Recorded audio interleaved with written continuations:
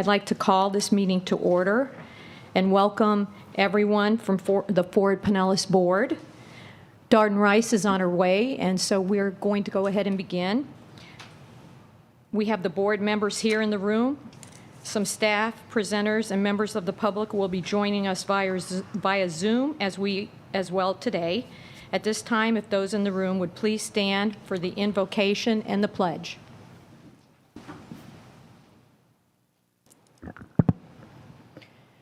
The greatest gift for us as elected officials is to see the world through another's eyes. We are beginning to see the light moving forward concerning the pandemic, and God's law reminds us things may be difficult, there will be challenges, but we have hope, and we can express ourselves in many ways by being kind and working hard. Navigating through this new period, let us focus on the gifts that we possess. We thank our staff for their gift of helping each of us with our concerns, our ideas, and understanding the sometimes complex issues we govern. We honor our police and the firefighters, the 32.8 million who fell ill, and the 582,000 individuals who lost their lives in the U.S. to coronavirus. And I would be remiss if I didn't acknowledge mothers for the month of May in all of their capacities who represent the heart of our communities. I ask all of us, as written in Joshua 1.6, be strong, confident, and of good courage, for you shall cause this people to inherit the land which I swore to their fathers to give them. We ask this in Jesus' name, amen. Amen. I pledge allegiance to the flag of the United States of America and to the republic for which it stands, one nation, under God, indivisible, with liberty and justice for all.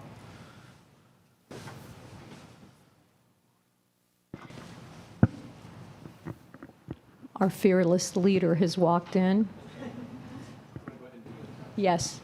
Michael, we're going to start with introductions. Michael Smith, Commissioner, City of Largo.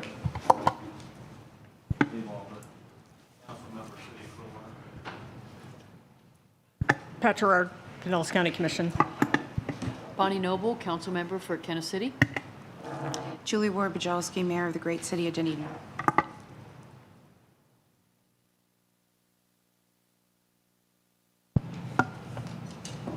Karen,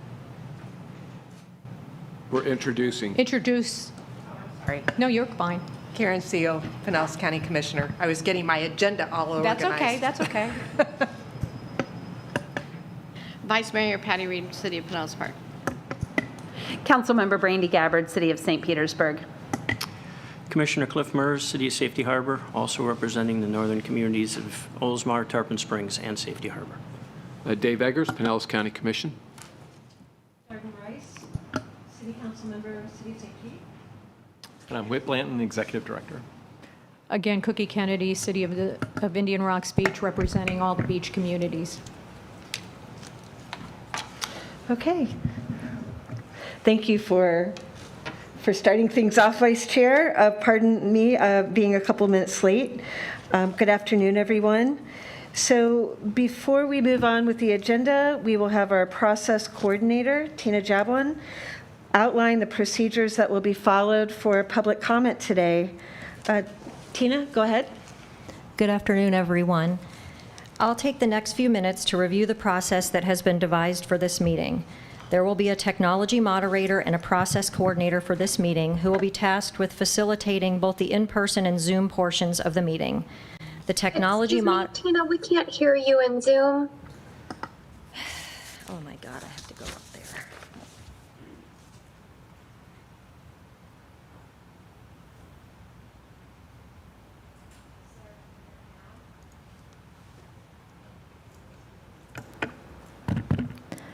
Sarah, can you hear me now? Yes, thank you. My apologies. I'm trying to run on a wireless mic. I guess that's not going to work. There will be a technology moderator and a process coordinator for this meeting who will be tasked with facilitating the in-person and Zoom portions of the meeting. The technology moderator will facilitate the Zoom portions of the meeting, and the process coordinator will facilitate the in-person portions of the meeting. Any person may be heard by the Forward Pinellas Board for not more than 3 minutes on any proposition before the board, unless such time is modified by the chair. The options and methods for doing that will be explained in a moment. To ensure an accurate record of the meeting, when addressing the board, the speaker must first state and spell his or her name, state their address, and announce what agenda item they will be speaking to. Throughout the meeting, we ask that all presenters and commenters identify themselves by name each time they speak, unless they have been introduced or specifically called on by name. Additionally, please be mindful of not speaking over one another. Prior to a vote on any matter, the chair will seek public comment. The chair will inquire of the technology moderator in Zoom to see if there are members of the public wishing to address the board. The technology moderator will ask for a virtual hand raising of all those in Zoom wishing to speak on an item. The number of people in the room and with their hand raised in Zoom will be noted and reported to the chair. Each person will then be given 3 minutes to address the board, or such time as modified by the chair for all speakers. Those in the room will speak first, followed by those in Zoom. Finally, the chair may seek information from Forward Pinellas staff, the presenter, or other sources before entertaining a motion and a vote. The majority of Forward Pinellas staff and presenters will be participating via Zoom. We ask that everyone please silence all their phones and other noise-making devices, and ask that all presentations be allowed to be completed in their entirety prior to any questions or comments. And Councilmember Rice, I'll turn it back over to you. Thank you.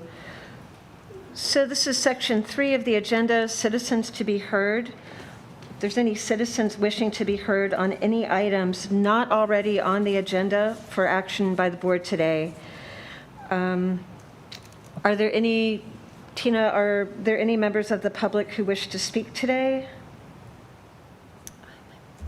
Not in the room, Madam Chair. Any members of the public wishing to speak on this item in Zoom, please use the raised hand feature in Zoom at this time for items not on the agenda. And Chair Rice, we do have one member in Zoom with their hand raised, Dawn Mastry at Trenum. I will allow you to talk. Please state and spell your name and then state your address, and you'll have 3 minutes. I've allowed you to talk.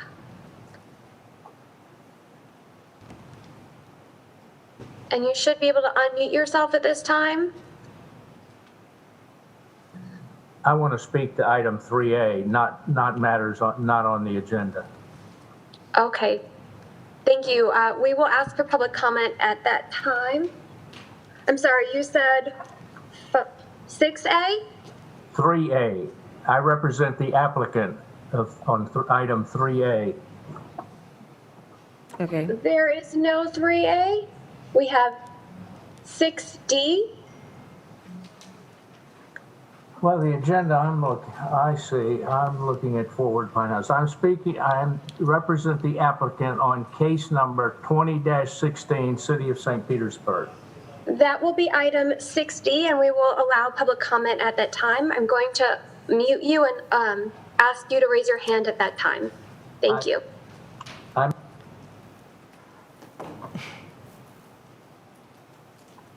Okay. We have nobody else wishing to be heard on items not on the agenda. Okay. Thank you, Sarah. For our next item, number 4, recognitions and announcements, I will hand the floor over to Whit Blanton. All right, thank you, Madam Chair. I'm very pleased to introduce to you Austin Britt, who is our intern for the past couple of semesters. And I'm really happy that we've had this business partnership with the University of South Florida Urban and Regional Planning Program. It is something that we initiated for our first full-time intern, and we couldn't have asked for a better person and professional than Austin. He's really done a great job and has really solidified our appreciation for the program and for the University of South Florida being here in our backyard in our community. And so we are renewing this internship program for another year. And I hope to have a long-lasting relationship with USF. But Austin comes to us. He's a former school teacher, and he's developed a capstone project for us. And we'd like to just take a few moments to recognize Austin's work and have him introduce what he's put together. So I'll turn it over to Austin. Awesome. Thank you so much. Good afternoon, board members. My name is Austin Britt. I'm the planning intern with Forward Pinellas. And over the past academic year, I've had the opportunity to develop an educational outreach program that will bring the field of urban planning into schools to create more educated and informed citizen base. I'm a former middle school teacher, as Whit mentioned, where I taught earth space, environmental, and life science to students in grades 6 through 8. And as of last week, I have successfully completed my master's degree in urban and regional planning from the University of South Florida. I was thrilled when I was told that Forward Pinellas was seeking to create an urban planning focused education component, and that I was going to get to spearhead that effort. And so I'm excited to get to share that with you today.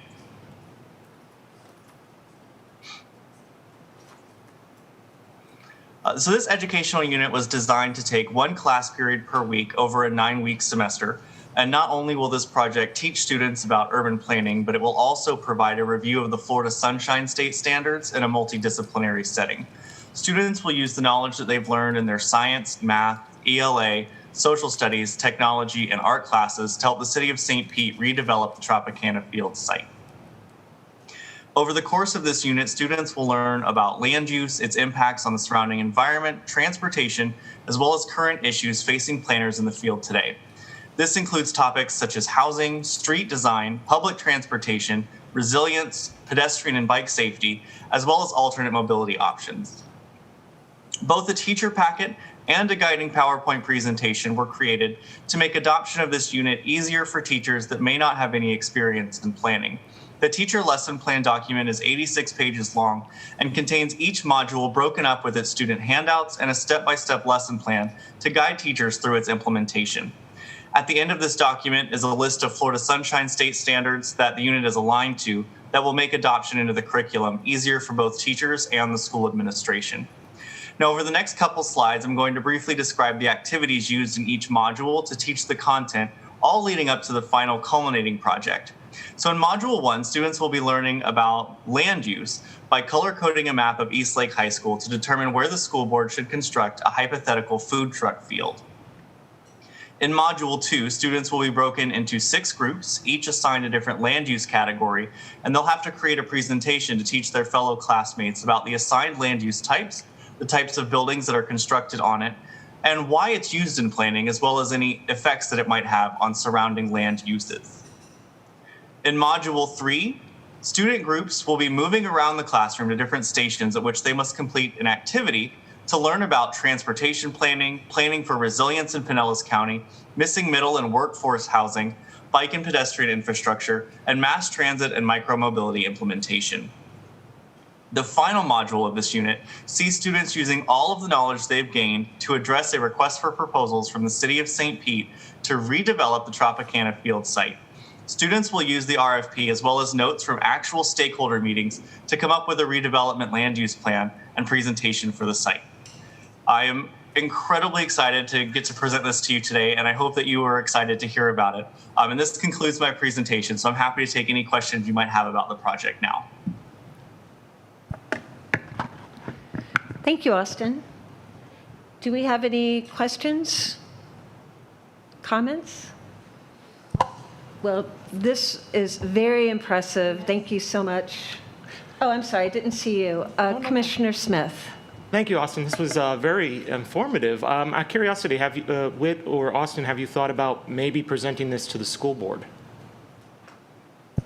I would love to present this to the school board, and we've actually been in talks with several members of the Pinellas County School Board, but that is, we have yet to make official contact and get it into the schools yet. Yeah, our next step is to work with the school district personnel to see how we can best integrate this and rely really a lot on, hopefully on Austin, because he knows that system much better than I do. But yeah, we would love to have a commitment, at least in a pilot, to test it out and see how it works.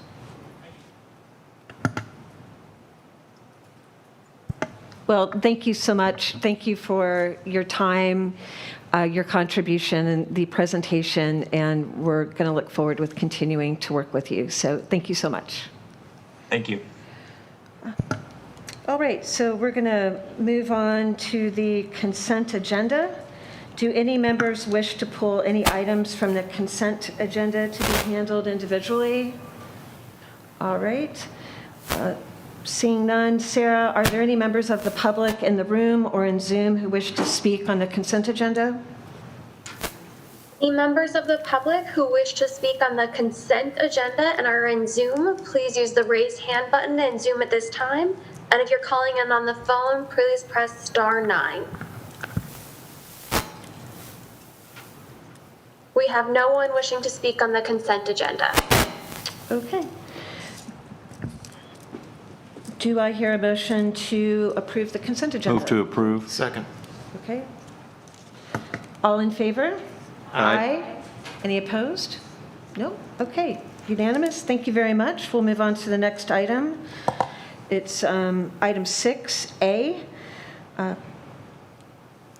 It's the proposed modifications to fiscal year 2020-21 to fiscal year 2024-25 to our transportation improvement program. We have a presentation today from Jared Austin. Yes, good afternoon, everyone. My name is Jared Austin, and today I'll be walking through a modification to the Transportation Improvement Program.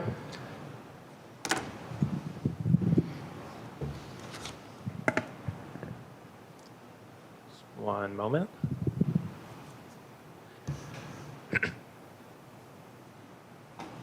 So as some of you may know, Fort Pinellas receives federal and state grant funds through the Florida Department of Transportation on a 2-year, what's called Unified Planning Work Program, or UPWP cycle. And every 2 years, the funds remaining from the previous UPWP, what's referred to as the closeout balance, need to be incorporated into the current UPWP. So what this does is it takes that closeout balance amount and it rolls it into, or puts it back into, the current UPWP. And this funding is generally accounted for in the planning and development process of the UPWP, but we cannot actually put those numbers in there until we have that final closeout amount. So I've been talking a lot about the UPWP, but this is a modification to the Transportation Improvement Program, and the reason for that is because any of the numbers reflected in the UPWP, PL funds, SU funds, and so on, those numbers are also documented within the Transportation Improvement Program. So any changes that happen within the UPWP, they also have to be changed within the Transportation Improvement Program, which is what we're looking to modify today. And so the numbers that are changing are the PL funds, which are being adjusted from $997,000 to $1.1 million roughly, and the SU funds that are being adjusted from $500,000 to $666,000 roughly. And again, that's not new dollars, that's that closeout amounts being rolled over from the previous UPWP into the current UPWP. So I hope that was as clear as possible, and I'd be happy to take any questions that you may have on this item. Thank you, Jared. Do we have any questions? Any members of the board? I do. Yes, Mayor Bujalski. Just real quick, so will that extra money get assigned to something? Yes, our UPWP is basically our planning budget for the work that we do as an agency. So that rolls into the established UPWP and the line items that we've identified. So like your planning, it's the not cost for planning, it's not for capital projects. projects, it's for the planning activities we undertake. Thank you, and I'm sorry I should have asked you that yesterday, Whit. Okay, seeing no other questions, this is a roll call vote because it's an amendment to, it's a TIP modification. So Tina, whenever you're ready. I still need a motion and a second, please. Yes. A motion to approve, please. And a second. Okay. Excuse me, we could not hear who is making the motion and second in Zoom, and we also still need to do public comment. Okay, thank you. It's City Council Member Gabbard made the motion, and I saw Commissioner Gerard as the second. And Sarah, are there any members of the public in the room or in Zoom who wish to speak on the proposed modification? I see no one in the room. Anyone in Zoom who wishes to speak on the TIP modification, please use the raise hand button in Zoom or star 9 on the phone at this time. There are no members of the public wishing to speak on this item. Okay, thank you. And seeing that we have a motion and a second on the floor, we'll take a roll call vote. Tina? Mayor Bujalski? Aye. Councilmember Noble? Yes. Commissioner Gerard? Yes. Councilmember Albritton? Aye. Commissioner Smith? Yes. Mayor Kennedy? Commissioner Eggers? Aye. Commissioner Mers? Yes. Councilmember Gabbard? Yes. Commissioner Seal? Yes. Vice Mayor Reed? Yes. Commissioner Long? Yes. And Chair Rice? Yes. That carries unanimously. Okay, thank you very much. We'll move on to the next item, 6B, which is a modification to the 2045 Long-Range Transportation Plan. This will be covered by Chelsea Favreau, who's joining us by Zoom. Hello, Chelsea. Hello, good afternoon. So the first item I'm going to cover with you today is a modification to the Long-Range Transportation Plan. A couple months ago, we had our federal certification where we met with Federal Highway, and they did a very comprehensive review of all of our existing documents.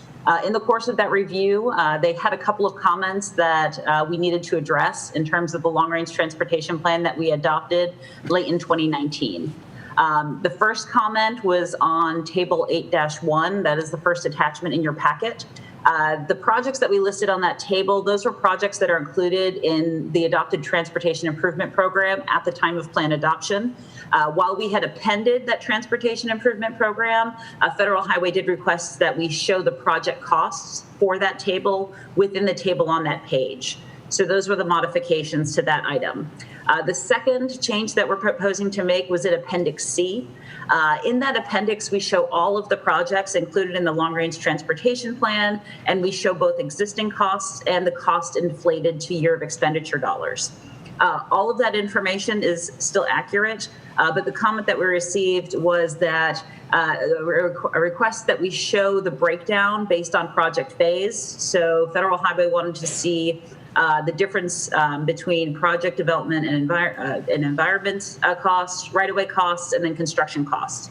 So we went ahead and we broke out all of those individual costs to show the various phases in that year of expenditure, and it's included in that appendix.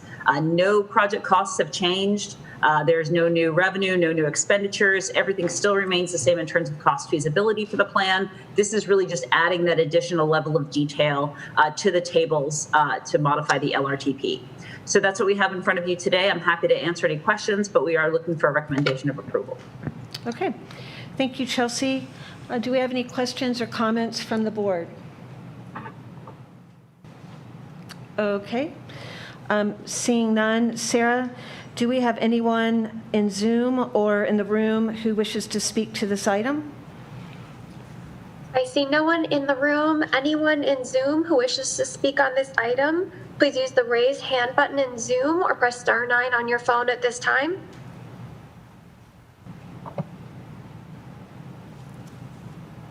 There is no one in Zoom wishing to speak on this item. Okay. Thank you. And do I hear a motion to approve the LRTP modification? So moved. That was Councilmember Albritton, and a second by, again, Commissioner Gerard. And this is a roll call vote, so Tina. Mayor Bujalski? Aye. Councilmember Noble? Yes. Commissioner Gerard? Yes. Councilmember Albritton? Aye. Commissioner Smith? Yes. Mayor Kennedy? Yes. Commissioner Eggers? Aye. Commissioner Mers? Yes. Councilmember Gabbard? Yes. Commissioner Seal? Vice Mayor Reed? Commissioner Long? And Chair Rice? Yes. And that carries unanimously. Okay. Thank you very much. We'll move on to item 6C, which is the annual adoption of priorities. This item will be handled in 3 separate sections with individual presentations and roll call votes taken. And we have Chelsea Favreau, who will be doing the presentation. All right, thank you. So again, this is going to be in three different phases, as was just noted. The first is for the multimodal priority list. So the multimodal priority list is just as it sounds. This includes our priorities for all modes of transportation. We review and adopt this list annually. Close to the top of that of that list, we have what we call our off the top. Ranked highest. That way, when the Florida Department of Transportation reviews our priority list, they know to look to those projects first and fund those first before moving down. And this includes things like some of our transit capital projects and also our complete streets programs. Projects do remain on the list until they are completed, and it is a two-tiered priority list. So you'll see that in your packet. The top tier, those are unnumbered because those are already programmed for funding, and they remain on the list until they are completed in case there's some need for additional funding as the projects move forward. And then underneath are the unfunded priorities in rank order. So this year we are proposing to remove 4 projects from the priority list. One of those is the Regional Fare Box project that has been completed. The next 2 were not actual projects per se, they were placeholders. As Ford Pinellas completed the Alt US 19 corridor study with the Florida Department of Transportation, we had some placeholders in there so that as we identified projects, we could then get them programmed for funding. And I'm happy to say there is a project on the list from that study that is moving forward with construction funding. I'll cover that one a little bit later. And we're also working with city staff along the US 19 corridor to identify some of those specific projects that came out of the study to figure out which ones have the most consensus and which ones are the most ready. So we're going to be adding those as well in the coming years to keep that corridor study advancing. And then the last project we're removing is the aerial transit feasibility and operations plan. That project is currently underway with TBARTA, so it is no longer in need of funding at this time through our priority list. We do have 4 projects that were fully funded in the last year, so they're moving up to the funded portion of the priority list. That includes the Skinner Boulevard Complete Streets with construction funding in 26, the Sunrunner Bus Rapid Transit project in St. Petersburg that is currently under construction, the Drew Street Operational and Safety Fund Safety Project. That study is currently underway. Design is scheduled in 2022 and construction is programmed for 24. And then this last one here, this is the result, the first result that we have that we're able to program from the Alt US 19 corridor study, which is intersection improvements at Alt 19 and Causeway. There's design build funding for that in 2023. We do have one project that we're kind of saying is unfunded. This was formerly a funded priority, but because of budgetary impacts coming out of Tallahassee, this project was removed from the work program, and that's the I-275 project from 54th Avenue South up to Roosevelt Boulevard. This includes express lanes from I-375 up to Gandy, as well as lane continuity improvements throughout the entire length of the corridor. So we've moved this one back down onto the priority list, but we are working very closely with the Florida Department of Transportation to see how quickly we can get that one back into the work program because that remains a high priority for the agency in the region. We have a number of new project priorities that we're adding to the list. The first.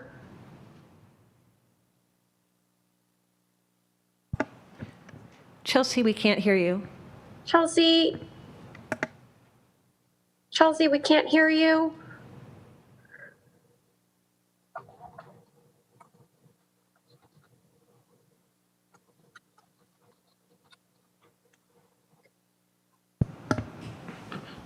Let's give her Excuse a me, second trying to get a hold of Chelsea to let her know. I'm sorry. My apologies. My laptop cuts out sometimes. So the 22nd Street Complete Streets. This is that $1 million off the top, so that's why it's close to the top of your priority list. And then we did issue a call for projects last year from our local government partners, and we did receive 3 applications for projects to be funded through the multimodal priority list. The first is van pool expansion through TBARTA. They requested funding not to replace existing van pools, but to provide additional regional van pools. So this one is also near the top of the list as we did commit through the long-range plan to funding regional transit services off the top. And then the next 2 include the Cross Bay Ferry, and this is capital funding for that service, as well as complete streets improvements along Martin Luther King Jr. Boulevard South in St. Petersburg from 30th Avenue South to 7th Avenue South. So those will also be on your list. We have a couple other of project priorities. When we developed the active transportation plan in concert with the long-range transportation plan back in 2019, we identified 10 corridors and 10 overpasses for multi-use trail improvements. These were then technically scored using I think it was the same scoring criteria was used to prioritize these two lists. And then we committed to advancing these projects incrementally onto the priority list over time. The number one priorities from the trail and the overpasses were added back in 2020, and those projects are moving forward. So we decided now's a good time to get the next couple of projects onto the list so that they can get into the queue for funding and start moving forward as well. The next trail project is the 28th Street Trail from 30th Avenue North up to Roosevelt Boulevard. This will include a multi-use trail and a bicycle boulevard combination kind of treatment. And then the next one is the Duke Energy overpass at the Roosevelt Carillon area. This was the number 2 trail overpass. There's been a lot of discussion about the relative priority of this overpass versus other overpasses. I just wanted to kind of talk for a few minutes about some of the criteria that was used to help prioritize these overpasses. One of the criteria was the number of average vehicles passing through these areas on any given day. Along Roosevelt Boulevard, it's roughly 60,000 vehicles passing per day. The State Road 580, as comparison, has about 40,000 vehicles per day. The large crossing distance was one. This crossing in particular at Roosevelt Carillon is up to 350 feet wide in some places. It is one of our widest crossings. It's actually double the distance of some of our other crossings, including at 580. And then there were some strong equity considerations. We did look at the socioeconomic makeup of the surrounding area, and this is really what kind of lifted the Roosevelt Carillon area up to the top, and that's why this one kind of came in at number 2 ahead of some of the other overpasses throughout the county. And then lastly, I'll touch on this new project priority. This was a discussion that came out of the Waterborne Transportation Subcommittee meeting. This integrated waterborne transportation system phase 1. This is funding for capital improvements in the North County intercoastal area to complement existing private sector ferry service. This would pay for dock construction, vessel acquisition, and would really be a partnership between PSTA and a private sector operator. So today we are seeking approval of the 2021 multimodal priority list. And after this meeting, we will be transmitting the list to FDOT for their consideration as they develop the next 5-year work program. And with that, I'm happy to take any questions. Okay, thank you, Chelsea. Do we have any questions from board members? Commissioner Eggers. Yeah, again, I certainly understand the priority discussion about the overpasses, and I'm not quite sure where we are placing all of the other projects that are critically important. As we have built this connector in the North County, the loop connector, to me, the responsible thing is to finish that and do it safely. I know that they're talking about an at-grade crossing on I think it's 6-lane highway. And so if we're not going to prioritize that, I want to know where it is and when are we going to be able to get it into the plan for funding. It is super critically important. I think if we get too far out ahead of ourselves, we're going to create unsafe situations. And certainly 580 down in Dunedin, where it's at the end of the road, almost the end of 580 is a different story down there. But up in that countryside area with traffic lights already to the east and the west, it seems like the perfect place for a bridge crossing. So, thank you. Okay, thank you. Commissioner Seal. And I concur with Commissioner Eggers, and I know Whit and I had this discussion as well. The county commission, at the time we talked about this trail, we said that we wanted an overpass over State Road 580.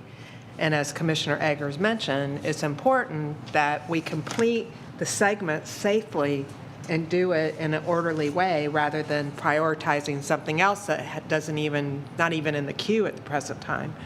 I do know the State Road 60 overpass is in the priority list, which is great. And the county commission asked for a congressional earmark. So that may actually get funded sooner than later. But I do think we need to complete safely the different sections before we start adding something else. So I'm not sure what we do at this stage. I agree with Commissioner Eggers, but we do need to do something. Chelsea, if I can ask, can you let us know what the status is of the trail that would cross Roosevelt Boulevard? Where is that in the queue?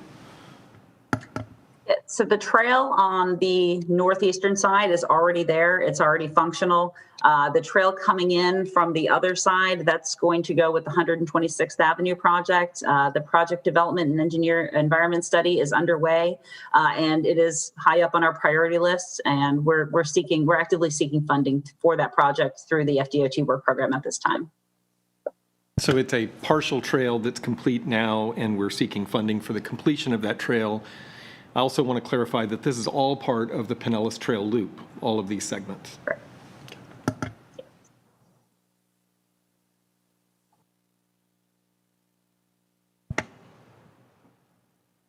Okay, any other questions or follow-up?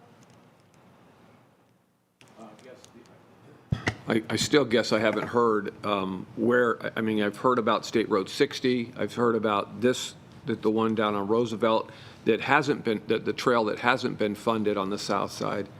And we could have a bridge that's there. Again, we don't know how long. We had a bridge over US 19 for a number of years and are still working to connect it years later. So, I mean, as far as, not trying to get out too far ahead of ourselves, I want to make sure that this one has a high priority somewhere in our system, and I'm just not sure where it's getting a place. I'm not hearing any momentum gathering for this effort. So I think it's a mistake, and I think we need to try to find at least a spot for it. Let me ask Chelsea in a moment to come back and let us know what the list of overpasses looks like, what that ranking is. And I don't know if you have an example you can show, but the I guess what I would like to mention is that we're not expecting overpass funding for this new priority if it's approved by the board to materialize in the next year or two. At best, it would be in the new 5th year of the work program, so we're at least 5 years out. We're pretty confident that the remaining segments of the trail can get completed within that same time frame. So we're not going to build an overpass to nowhere. It would go with the completion of the trail. Chelsea, if you can maybe answer Commissioner Eggers' question about the ranking of the overpass projects, at least describe it. Yes, the State Road 580 overpass is actually 7th on our list. With the funding that we had available in the long-range plan, we did anticipate getting through 4 overpasses over the course of the next 20 years. So this one is outside of that. But as was previously noted, if an earmark can be secured for another project or other funding can be found for some of those earlier priorities, that does make it easier for us to find federal dollars to construct more overpasses in the next 20 years.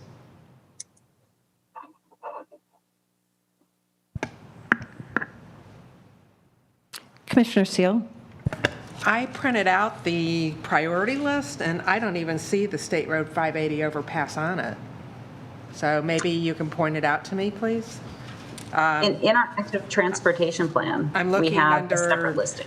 The unfunded multimodal transportation priority projects. I see State Road 60 is number 5, but then Complete Streets at 6, T-BART 7, and the St. Pete 28th Street North is 8, and Duke Energy Trail is 9.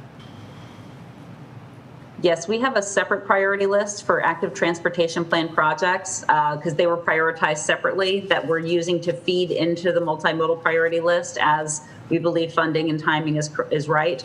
So that one is 7th on our separate overpass list. It won't be showing up on the multimodal list until others can be advanced. On our active transportation plan in our document, the full ranking is actually shown on page 33. Okay. And we can send out links to that as well. All right, if you could send that to us, then I think that would be appropriate. And I guess, what I question in general is, it's always interesting how the projects get into the queue from the cities as well as the county. and then how the priorities then happen. And maybe not today, but at some point, I think it would be good to have that discussion, because sometimes the county and the city's priorities aren't recognized, in my opinion. And so by Forward Pinellas. And this is one case that the county commission prioritized State Road 580 overpass. Correct, Commissioner Eggers? Yeah, absolutely. And so you said you will send us the list of the ranked overpasses that show this one, the 580 one, is 7th on the list, and not to be addressed inside of the next 20 years. And I'll just say that list was developed in 2019 with full participation from our technical coordinating committee, which included county staff and the cities, and everybody approved that. And we brought that ranking to this board, and this board adopted the active transportation plan with that priority list. Well, things are changing, I guess. I understand that. I understand that. That perspective is ranked 7th and not for 20 years is just not acceptable. So it's a recognition of the limited financial resources we have.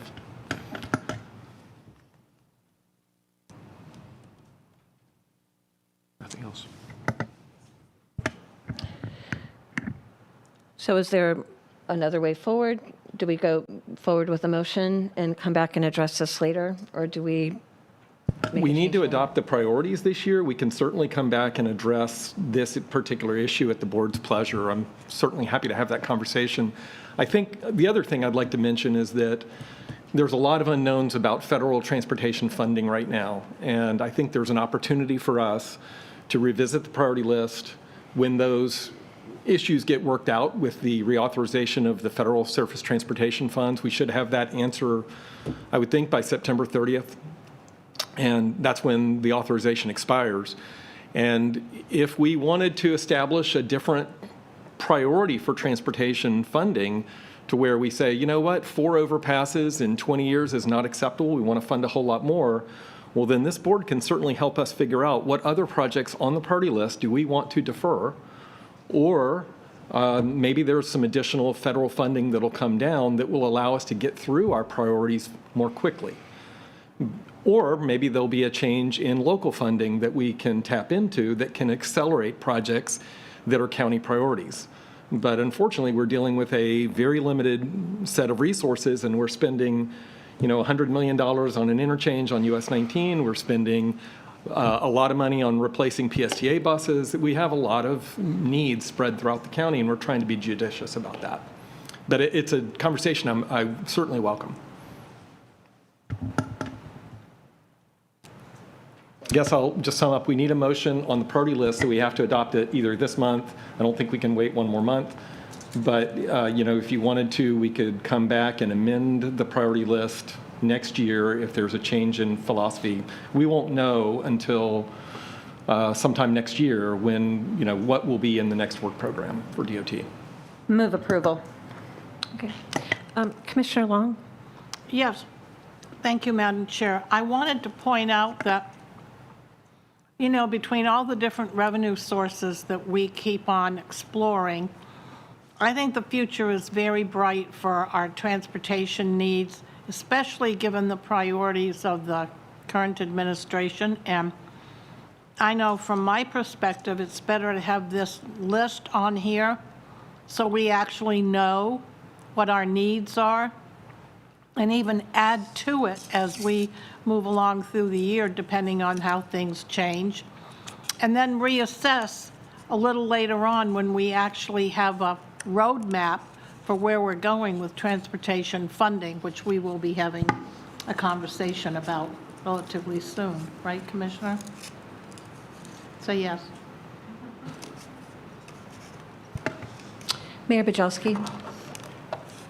So what I was just going to ask you, the process here is you have to have things we're actually going to work on, right, on the priority list?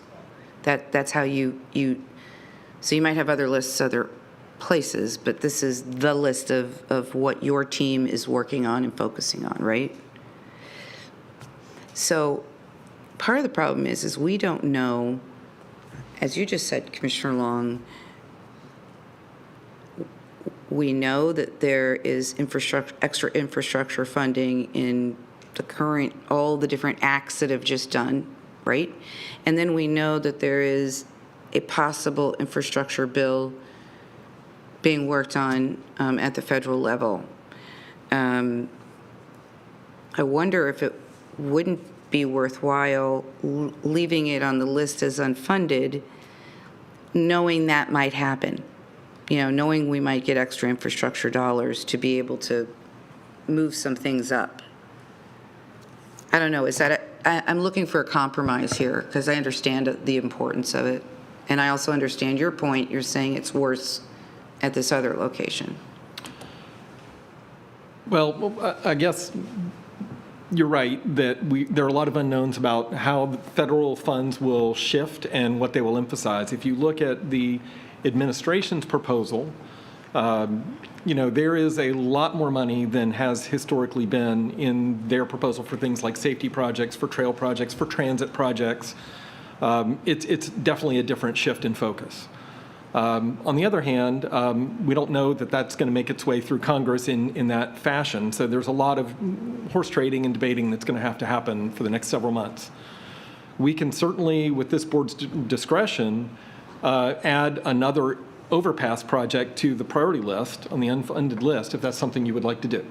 But, I'm just asking that we, as best as possible, respect the process that we've been through in going through a technical ranking and selecting those priorities. But this is ultimately a policy decision, and a staff is making a recommendation to you. So if you wanted to add a third overpass to the list, it just makes the list longer, but it does put it on the priority list. The advantage of being on the priority list is that projects then have a leg up in terms of receiving state and federal funding, and we can work with the DOT on that. And that's kind of what I was looking for. I'm not looking to usurp your process. If you tell me the other one is more critical, I believe you. But I also understand the other concerns that have been raised, so I'm just trying to find a compromise for everybody. I just also would like to mention that the current crossing of 580, just so everybody's real clear, because I've mentioned it to some of the board members, but not everybody, is it will be a full traffic signal. It will not be an on-demand rapid flashing beacon. It will be a red, yellow, green signal.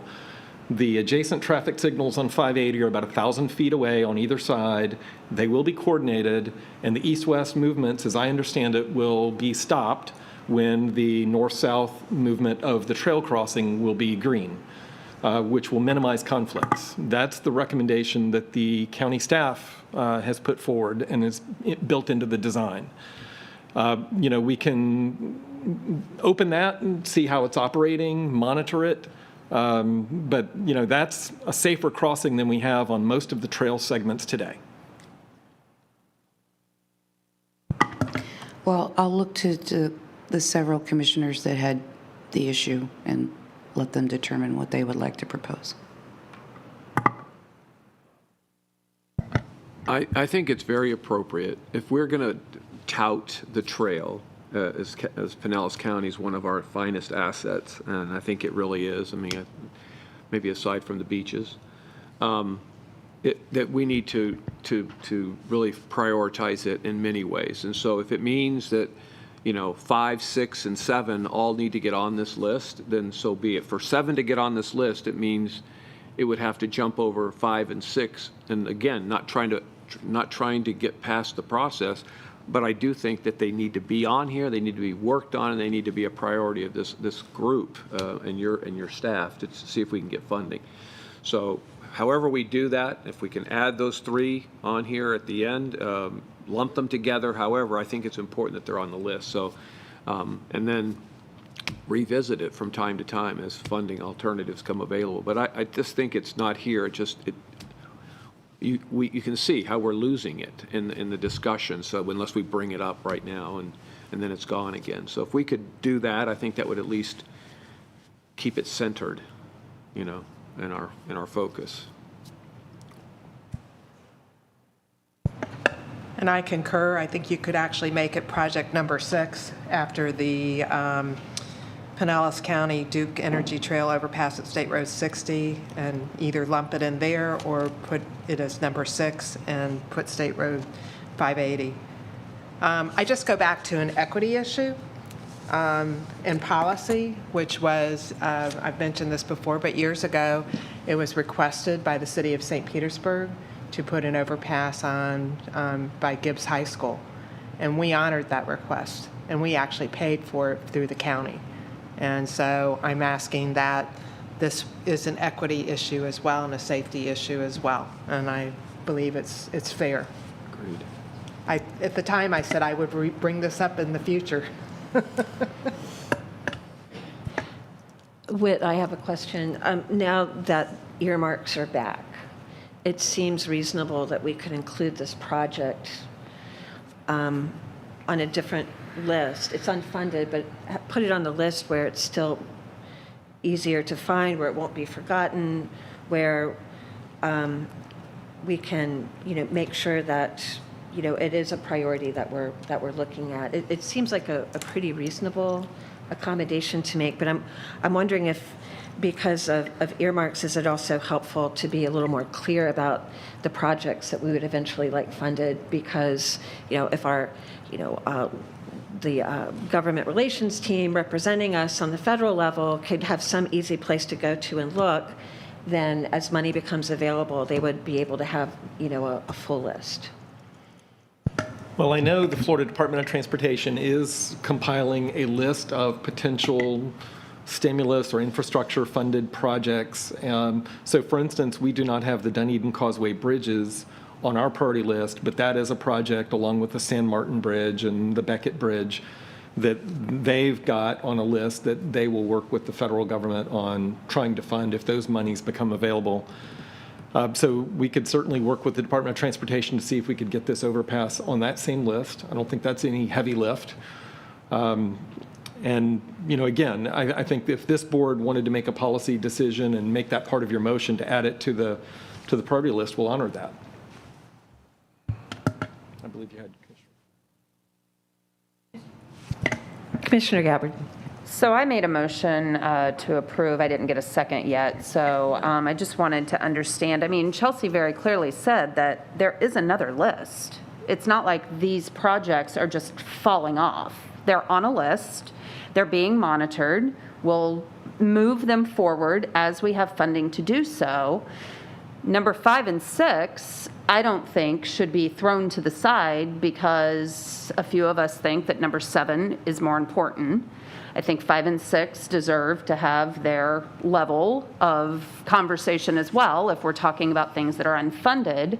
I just have concern with adding a bunch of other things that our technical staff has said to us are not of the same level of priority with their expertise, and then muddying up this particular list that we're here to approve today. That's just my personal opinion. I respect the level of staff that has gone into making this recommendation because the overpass at Roosevelt lies in my district. It's in the largest employment center in the county. It has an incredible amount of traffic. It is a very dangerous location for pedestrians, for bicyclists. The city of St. Pete is working on improvements in that area all the time as that continues to build and grow.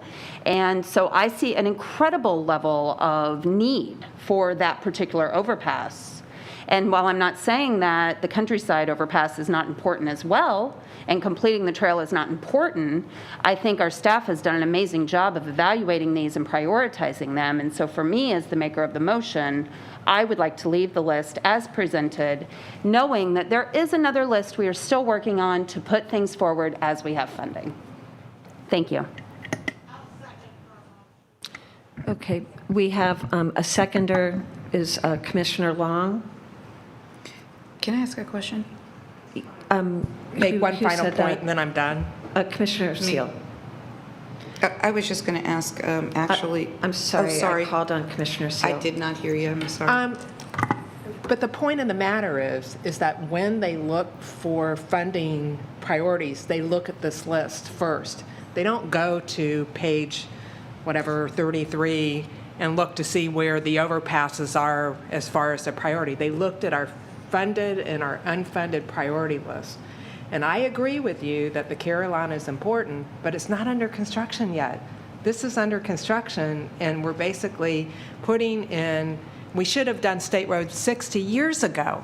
I mean, that's extremely dangerous. And so, that's just kind of stayed out there until maybe we finally get an earmark. But this could also get an earmark and become a safety issue.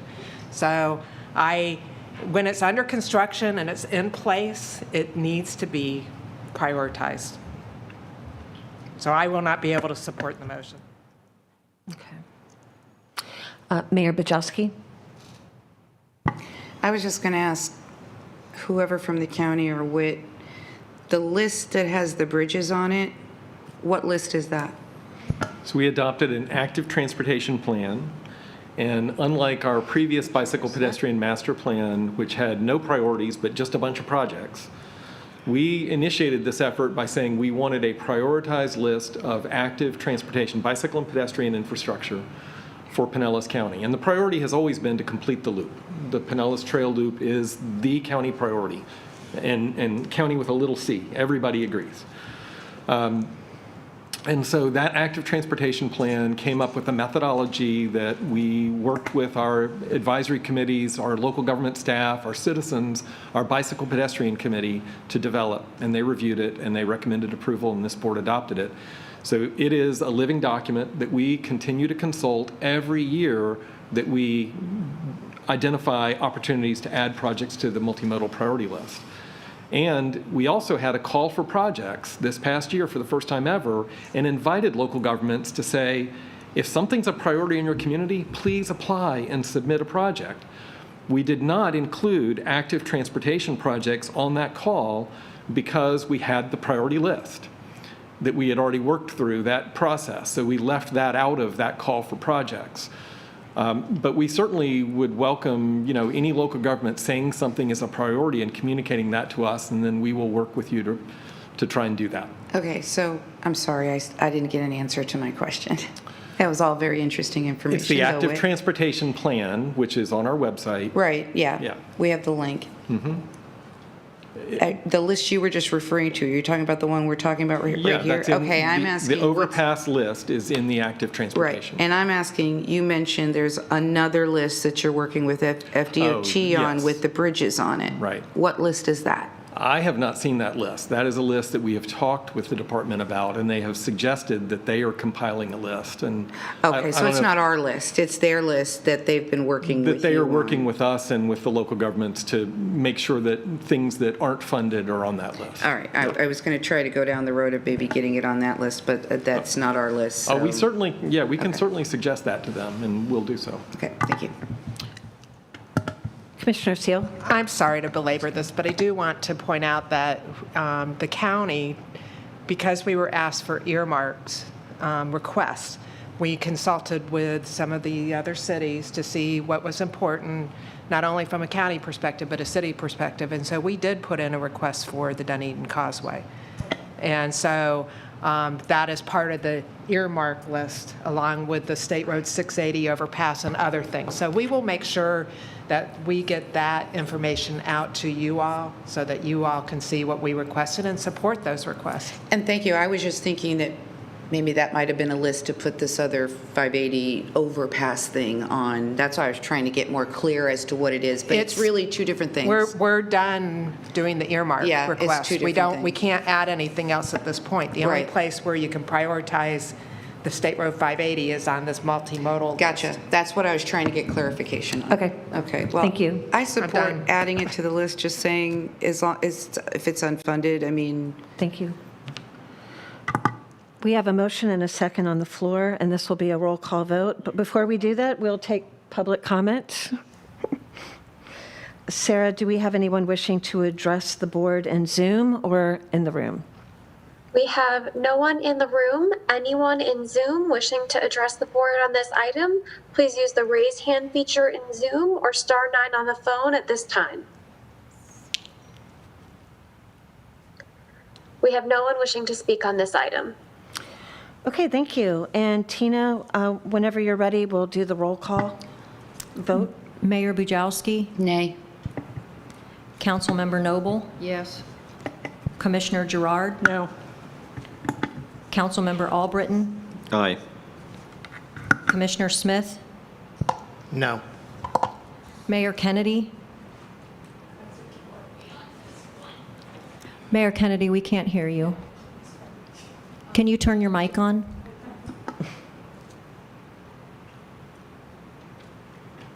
Your vote, ma'am? I know, I'm thinking.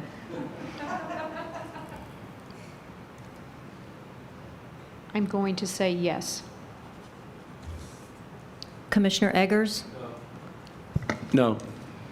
Commissioner Mers? Yes. Councilmember Gabbard? Yes. Commissioner Seal? No. Vice Mayor Reed? No. Commissioner Long? No. Madam Chair, that motion fails. Oh, I didn't vote. Oh, sorry. Chair Rice. But I voted, my vote's yes.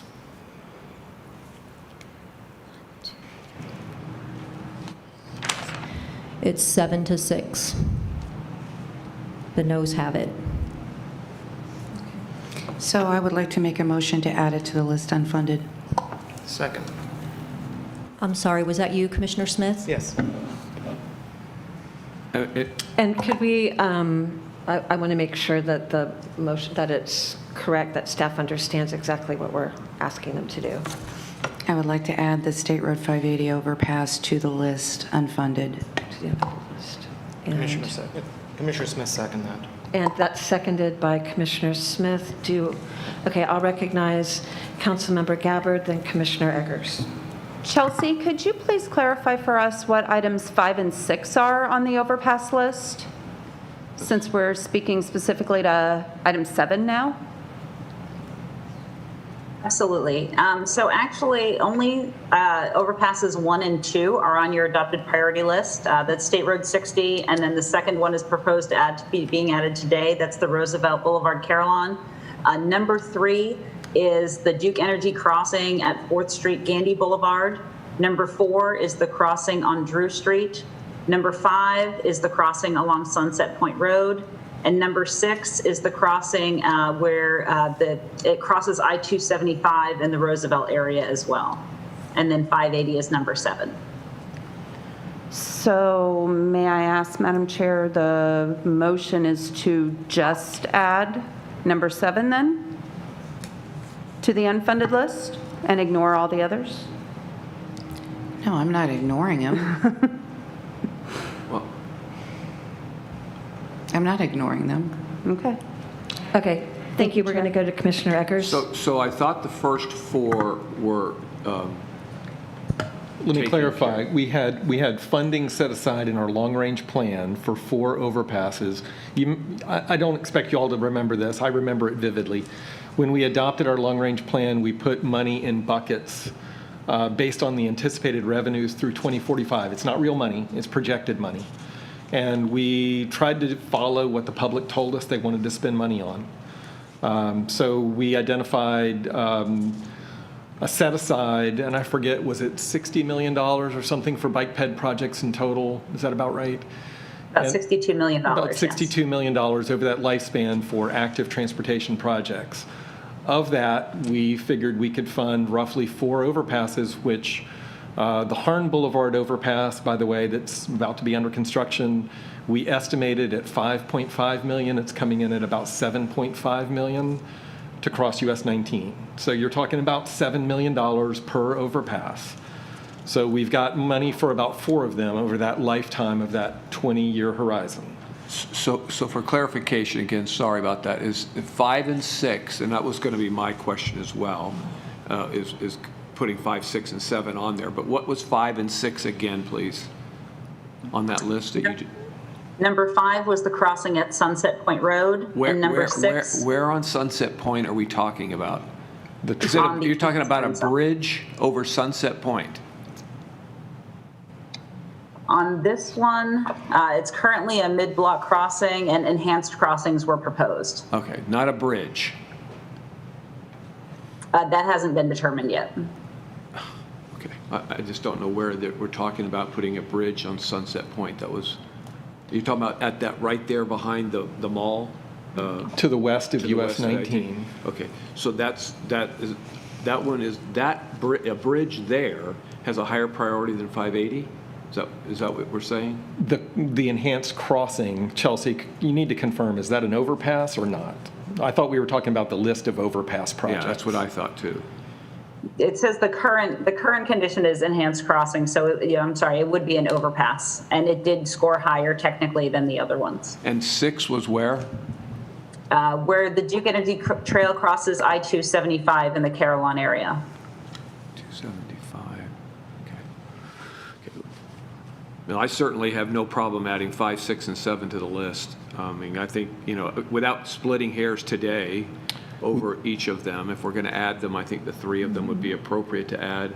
And then we have them on our priority list. We know they're not as high as 1 through 4.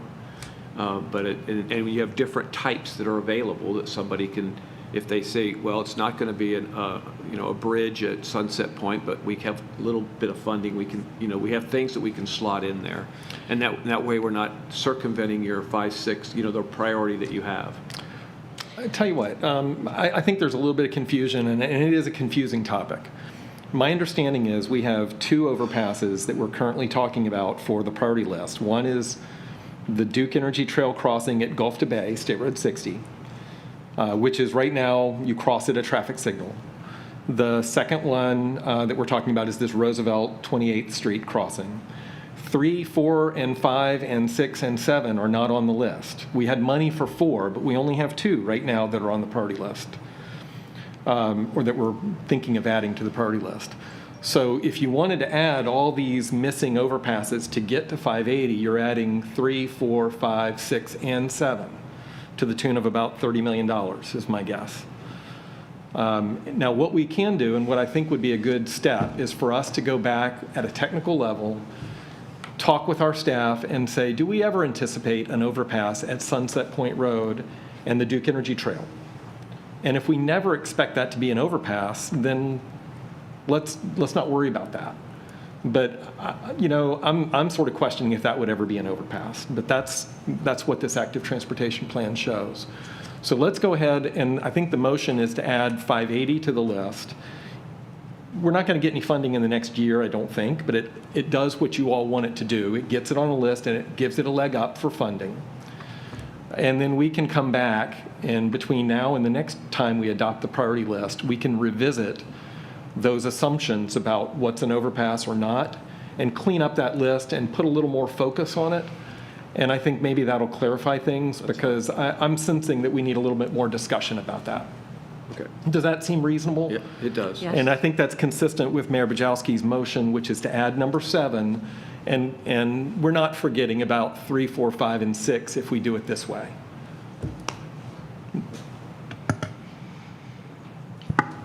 I'll second that. Oh, we did? Okay. Yep, I believe Commissioner Smith is the seconder. Sorry.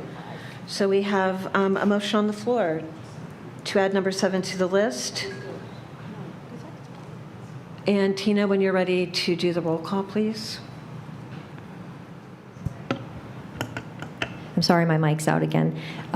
Legal counsel's recommended that we go back to public comment since we have a new motion on the floor, please. Okay, very well. Sarah, do we have anyone in the room or in Zoom who wishes to address the new motion on the floor?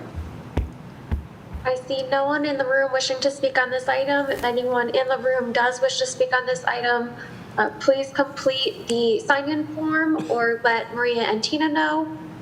Anyone in Zoom who wishes to speak on this item, please use the raise hand feature in Zoom at this time, or press *9 on the phone if you're calling in.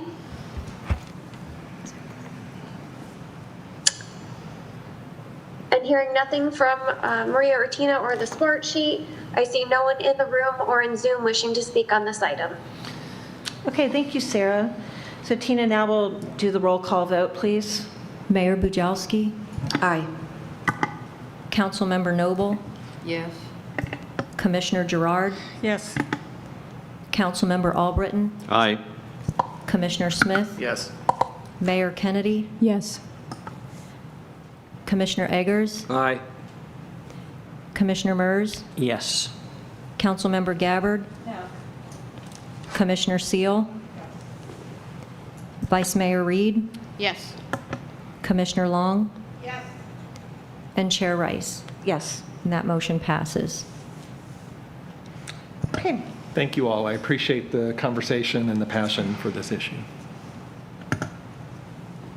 It's sometimes clunky, but this is the process, and it's always good to see the process. It's the most work. important thing we do every year. Yes. Okay, moving along to B under 6C. We are going to hear from Chelsea again on, wait, hold on, I lost a little track here. Oh, we are now going to discuss our multimodal priorities. Actually, the transportation alternative. Oh, I'm priority. sorry. My notes are a little backwards here. Yes, we're going to hear from Chelsea on our transportation alternative priorities. Thank you. All right, thank you. So the Transportation Alternatives is a federal funding program. It's very, very limited. It is only for bicycle and pedestrian projects, and then also those projects that enhance non-driver access to transit services. When we say this is for bicycle and pedestrian projects, you all may be thinking, well, what about the overpasses? I will say this pot of funding is very, very small. So we actually do not have overpasses in this grant program, because if we were to include any, it would suck up about 4, 5, 6 years of funding, and we really wouldn't get a lot accomplished.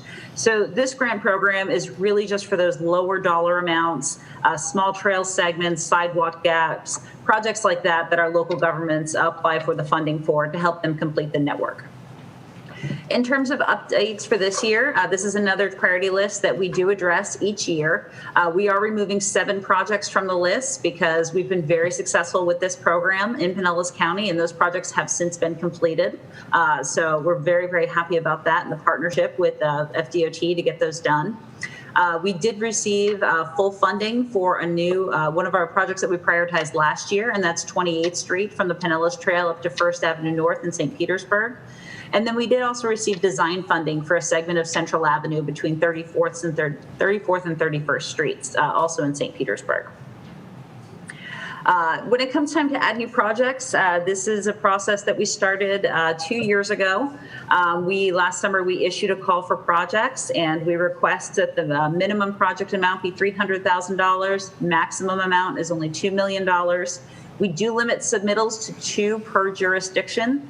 And then there is a commitment that after 3 years, if a project has not been completed, it will be removed from the list.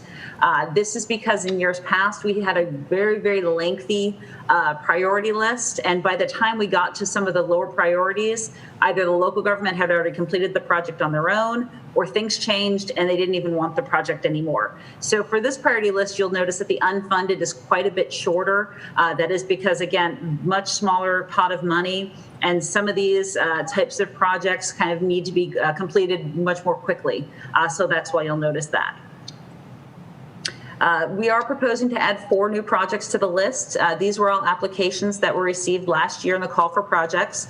I will note that last year we did actually receive 5 applications, but the 5th project did only receive 35 out of a potential 75 points. So it did not score well, and also in an effort to keep the list from getting too lengthy and unwieldy, the recommendation was to only advance these 4.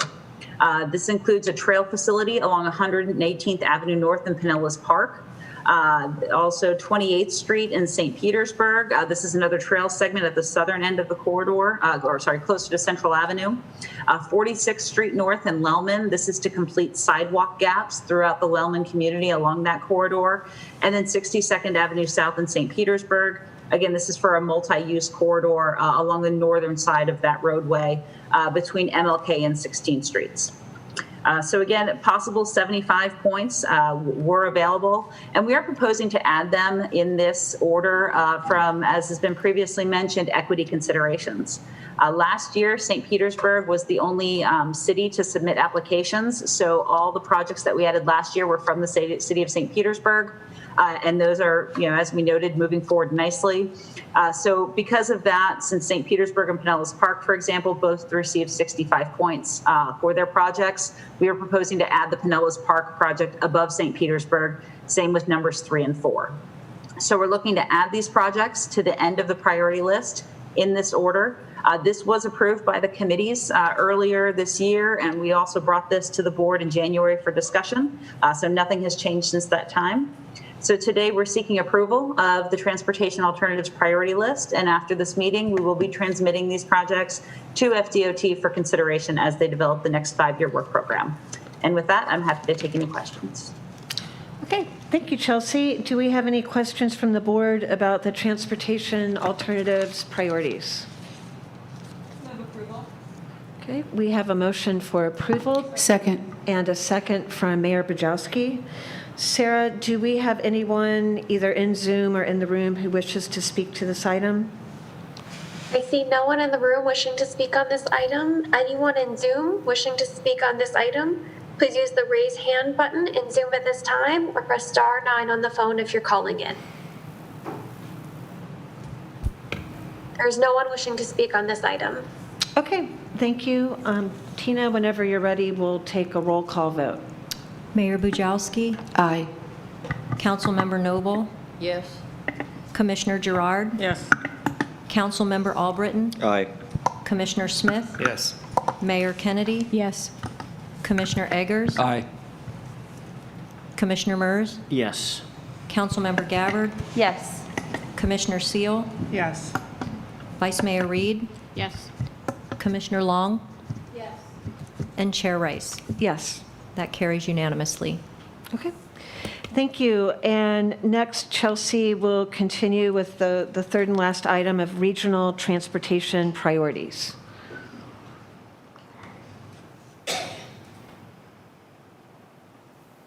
All right. Thank you again for having me on this item. We're going to talk about regional transportation. The question often comes up why we do regional transportation planning. As you can see on the graph on the screen, our projected population growth is very significant between now and 2045 across all of the counties. We're a fast-growing region. People who are driving or shipping freight, they really don't care about where the county borders are. They just want to make sure they can get from point A to point B in a consistent manner. So we coordinate a lot to provide a really clear message on what our regional needs are and what the major priorities for the region are as well. Just a little history on regional planning in the Tampa Bay area. The CCC, which is the Chair's Coordinating Committee, was formed back in 1993 by the Florida legislature. And that really sets the framework for how we coordinate in the Tampa Bay region. The CCC has since expanded, and it covers Citrus, Hernando, Pasco, Pinellas, Sarasota, Manatee, Hillsborough, Polk. So it covers the entire broader region. Back in 2014, understanding that the urbanized core of the Tampa Bay region really needs a little bit more of a direct focus. The Tampa Bay Transportation Management Area Leadership Group was formed kind of on an ad hoc basis to really just focus on that urbanized core. Last year, however, we made the move to make that TMA group, that 3-county urbanized core, a subcommittee to the CCC. So this way, all of our regional planning is in alignment within that broader framework with also that subset focus on the urbanized area. The structure of the CCC, it includes an elected chair from each of the MPOs that come together twice a year at least to discuss regional priorities and just topics of regional concern. We do have partner entities that serve in a non-voting capacity. This includes the Florida Department of Transportation, the Regional Planning Council, and also TBARTA. Staffing is provided by the MPOs. And then again, that TMA leadership group is more of a subcommittee. And the TMA leadership groups includes 3 elected officials or MPO board members from each of the 3 member counties. And the TMA does meet more often, about 4 or 5 times a year, as well as meeting with the CCC at their broader meetings. So both of these groups do take a look at priorities. These are major regional priorities for Tampa Bay. The TMA really focuses, again, just on that urban core. So their priority list is going to be a subset of the broader one that you'll see on the CCC slide. So again, just like with our own priority list, we do leave funded priorities on the list until they are complete. So in your packet, you'll notice the 2 sections. In terms of the unfunded TMA priorities, We have the I-275 express lanes in Pinellas County, operational improvements on I-275 in Hillsborough, north of downtown Tampa, the I-75 interchange at Gibsonton, also in Hillsborough County, regional rapid transit in the 275 corridor, that is the T-BARTA project that is currently under study, and also support for HART's exploration of usage of the CSX right-of-way for passenger transportation. And then at the CCC level, you'll see those bottom 5 projects. It includes the TMA, and then the bottom 5 projects are the priorities for the broader, 8-county region. And that includes improvements to the Polk Parkway, US 41 north of us in the Hernando Citrus area, DeSoto Bridge replacement down in Manatee, the Bradenton Palmetto connector in the Manatee Sarasota area, and also a county road 555 in Polk County. So the CCC and the TMA met last fall to take a look at these priorities and are looking to advance them forward. So today we're seeking this board's approval of the priority projects. That's consistent with the process that we have set up, where the CCC and the TMA kind of take that action as a regional entity, and then those actions are endorsed by each of the MPOs at the local level. And again, after this meeting, we'll be transmitting these projects to FDOT as well for consideration in the development of the next 5-year work program. And I'm happy to take any questions that you may have. Okay. Quick question. Thank you. Questions from the board? Commissioner Eggers. Yeah, Whit, if you could remind me, the Pasco County intersections along I-275 or I-75, are they've all been either taken care of, or, because it seemed to me that they were on the priority list, but have they already been funded and dropped off, or? There was an overpass road interchange at I-75. Okay, that's the one. Is that at 50? That's in Pasco. Is that at 56 or 54?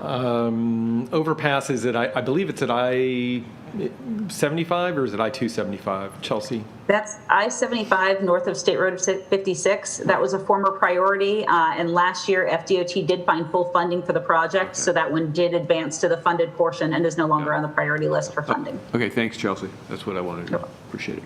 Okay. Any other questions, comments? A motion to approve? So move. Second. And let's go to public comment. Sarah, do we have I'm any? sorry, Chair, I didn't get the second. Thank you, Mayor. And Sarah, do we have anyone in Zoom or in the room who wishes to speak to this item?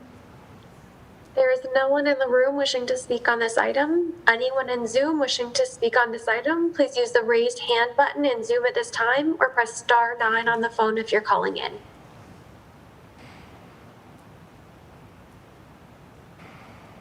We have no one wishing to speak on this item.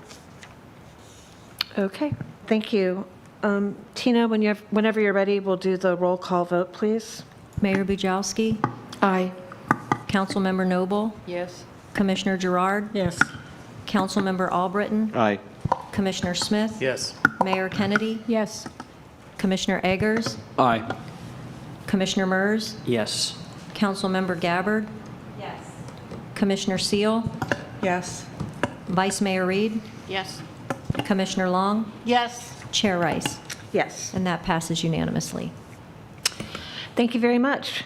Now, moving on to the next item, 6D. We will move into the Pinellas Planning Council public hearings, which will be conducted as follows. I will first ask Forward Pinellas staff to present the items. Applicant local governments are available in Zoom and also in person for questions as needed. Once each presentation is given, I will then ask for proponents of the proposal to speak, then opponents, and finally, any other citizens who wish to comment or ask questions on the case. We will then hear rebuttal by the applicant as necessary and a staff response or summary. At that time, the board will ask questions, and then I will close the public hearing, and the board will deliberate and take action. Thank you, Good Chair. afternoon. Good afternoon, everyone. Nosheen Rahman, Planning Analyst with Board Pinellas. The case that I'm presenting today was actually originally intended for our board back in October of 2020, but at that time, we were informed of a legal challenge initiated by an organized neighborhood opposition group against the city through the Department of Administrative Hearings, or the DOAH. And this legal challenge was on the basis that the city's approval of this land use amendment was not in consistency with their comprehensive plan. However, a judge on the case has issued an order finding that it is indeed in compliance with their plan, and this case has now returned to this board for your recommendation. So with that, I'll begin. Next slide, please. The city seeks to amend a property from the public, semi-public, and residential low-medium categories to the residential medium and residential low-medium categories, and the purpose of this amendment is to allow for a multifamily residential development. Next slide, please. The property is located at 635 64th Street South with an area size of approximately 4.37 acres. It is currently used as a church with surrounding uses, including single-family residential homes and a mobile home park directly to the south. Next slide, please. The following is an image of the front of the subject property. Next, please. Next, an image of the single-family residential homes located to the east of the subject property. Next slide.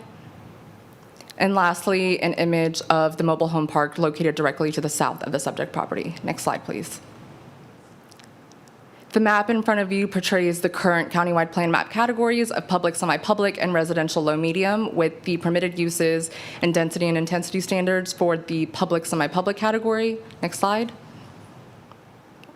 And next, we have the same standards for the residential low-medium category. And as I mentioned before, the purpose of this amendment is to allow for a multifamily residential development, which would be exceeding the maximum allowable density under the current public, semi-public category. Hence, the proposed amendment is to the residential medium category, with the portion of the property that is designated residential low-medium remaining the same. Next slide, please. And this is shown on this map in front of you on this slide, along with the permitted uses and density and intensity standards for the residential medium category. Next slide, please. And again, we have the standards for the residential low-medium category. Next slide. And as you may be aware, one of the countywide considerations taken into account for such cases is whether the property is located on the coastal high hazard area, and it's found that approximately 0.22 acres of the northern portion of this property does fall in the CHHA, and specifically this portion of the CHHA follows the boundaries of Bear Creek Preserve, which flows from Boca Ciega Bay inland and through the subject property before ending just east of Bear Creek Park. However, this portion of the coastal high hazard area on the property is exactly that portion, which is going to remain residential low-medium, and that's actually a lower allowable density than the current public, semi-public category, and because of this, there will actually be no impacts to the CHHA. Next slide, please. To conclude, this proposed amendment is appropriate for its intended purpose and is consistent with the locational characteristics for the residential medium and residential low-medium categories. And on balance, it can be concluded that the proposed amendment is consistent with the relevant countywide considerations contained in Section 6531 of the countywide rules. Next, please. And in front of you is just an analysis of those usual countywide considerations. Next slide. And lastly, at the time that we received this application and before this case went on to the DOAH, there were a number of public comments that were received, mainly at the local level through city staff. Most of them were in opposition and came from that organized neighborhood opposition group that went to the DOAH. And with that, I will conclude my presentation. Thank you. Thank you very much. And the applicant local government is the City of St. Petersburg. And I see that we are joined by Derek Kilborn. Derek, would you like to approach the podium or? Sure, thank you. Thank you. And good afternoon. My name is Derek Kilborn, manager for the city's Urban Planning and Historic Preservation Division, City of St. Petersburg.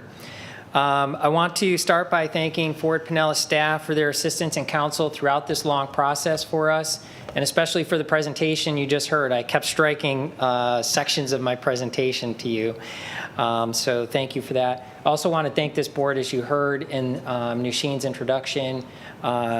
This was originally scheduled to come to you in October of 2020, and due to a request from the city, the item was rescheduled to today.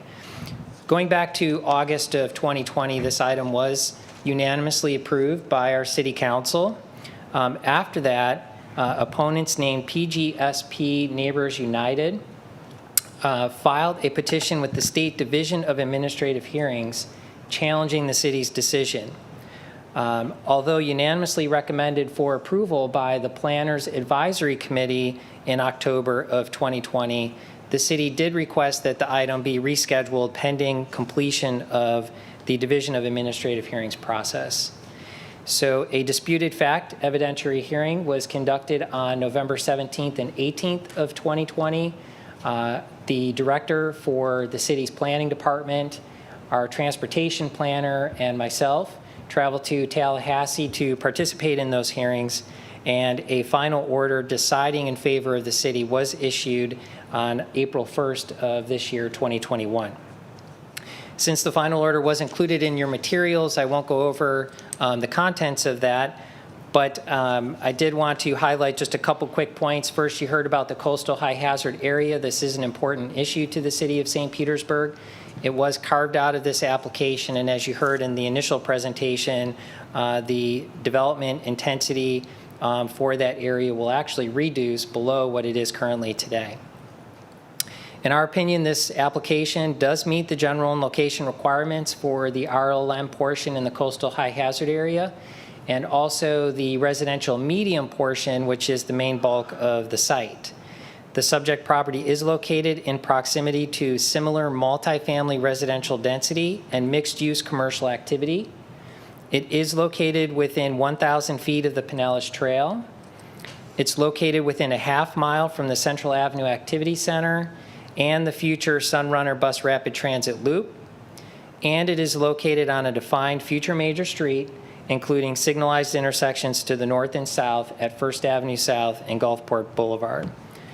Finally, and perhaps most importantly, the Division of Administrative Hearings' final order responsive to this application made a finding that the City of St. Petersburg's map amendments were in compliance as defined in state statute and as regulated through St. Petersburg's comprehensive plan. The city kindly asks that this board make a similar finding with the countywide rules and recommend final approval to the countywide planning authority. Thank you. Thank you, Derek. And so those are the two presentations from Forward Pinellas staff and St. Pete city government. And so now I will ask for proponents of the proposal to speak. Quick question. Is there a time limit on the time that proponents, opponents, and citizens can speak? I think that's your discretion. We can limit that to 3 minutes, for instance, if that's the will of the chair. Yeah, I'm going to stick with the 3-minute time limit then. And Commissioner Eggers? Yes. Yeah, just real quick. So my understanding, Derek, is that the church is leaving and they're not going to build on the property with the church there, correct? Is that the plan? That's correct. The church is the current owner of the property, and they are talking with, at the city level, the applicant, who is proposing a workforce affordable housing development for the site. And any height restrictions in this area? It seemed like there's a lot of single-story housing in the area. So is there a height restriction in this area? There are height restrictions in this area. Currently, we have, this was a question that was dealt with at the city level as well. In the zoning categories that would be applied, the surrounding height, maximum height limit is 36 feet. On the subject property, the maximum allowable height, if everything is approved, would be 48 feet for standard multifamily development and 60 feet for workforce housing. One of the things that you did not see on the map because it wasn't part of the subject property is just to the north where 64th Street meets the Pinellas Trail. So this is about 1,000 feet to the north. There is similar multifamily and mixed-use zoning, which would likewise permit 42 to 60 feet in height as well. So there is precedent for that in the surrounding area. The other thing that I did want to point out is that under the current rules, the city has what is called a large tract plan development overlay. Through the large tract plan development overlay, which this site currently qualifies for because of its size, they could do a maximum building height up to 75 feet. So that is the current rule today for this site, 75 feet under that overlay option. And that would be the same under the change, if approved. Okay, just so I'm clear, the surrounding area is allowed to be up to 36 feet, but the pictures that we saw were pretty much restricted to about 1 story or, what, 12 feet? They were historically developed that way as one-story ranch houses. The zoning does permit up to 36 feet. Okay, and you're allowing up to 75 feet? Under the large tract plan development overlay, which is a separate process that somebody could apply for, yes. Okay, thank you. Thank you. So now we will hear for proponents to speak. We have one proponent in the room. Any proponents wishing to speak at this time in Zoom, please use the raise hand feature or press *9 on the phone if you're calling in. If you are a proponent, we will start with the in-room proponent, Sean Wilson. You are first up, and when you get to the podium, please state and spell your name, state your address, and then you will have 3 minutes. Thank you very much, Madam Chair. And board members, my name is Sean Wilson, and I am the president of Blue Sky Communities. We are committed at Blue Sky to helping government boards like this one to achieve their goals and fulfill their mission, especially in the area of affordable housing, infill housing on properties that have good infrastructure and where it makes sense. And we think it makes sense at this location. I would point out that regarding building height, I mean, we have a site plan. It's not part of this process. Our site plan indicates a maximum a 4-story building, which would be about 45 feet. And furthermore, the site plan, again, which is not part of this approval, has the skinny part of the building is on the front, so that most of the single-family homeowners won't feel like the building is towering over them. They'll only see the skinny part of the building, if you will, assuming that we stick with that site plan. And I agree with the staff presentation, and I appreciate the city staff steadfastness through this extensive process. And I thank you for your support, and I ask you to approve this today. Thank you very much. Thank you. Any other proponents? If there are any proponents at this time in Zoom, please use the raise hand button or press *9 on the phone. And I do see one hand raised on Mass Street at Trenum. I'm going to allow you to speak. If you could unmute yourself, state and spell your name and state your address, you'll have 3 minutes. My name is Don Mastry, and my address is 200 Central Avenue. And I have represented the church, Grace Connection Church, and Blue Sky Communities throughout this process. First, let me state I agree with the presentation of the staff as well as Derek Kilborn. I have no issue with anything they said. I'm in total agreement.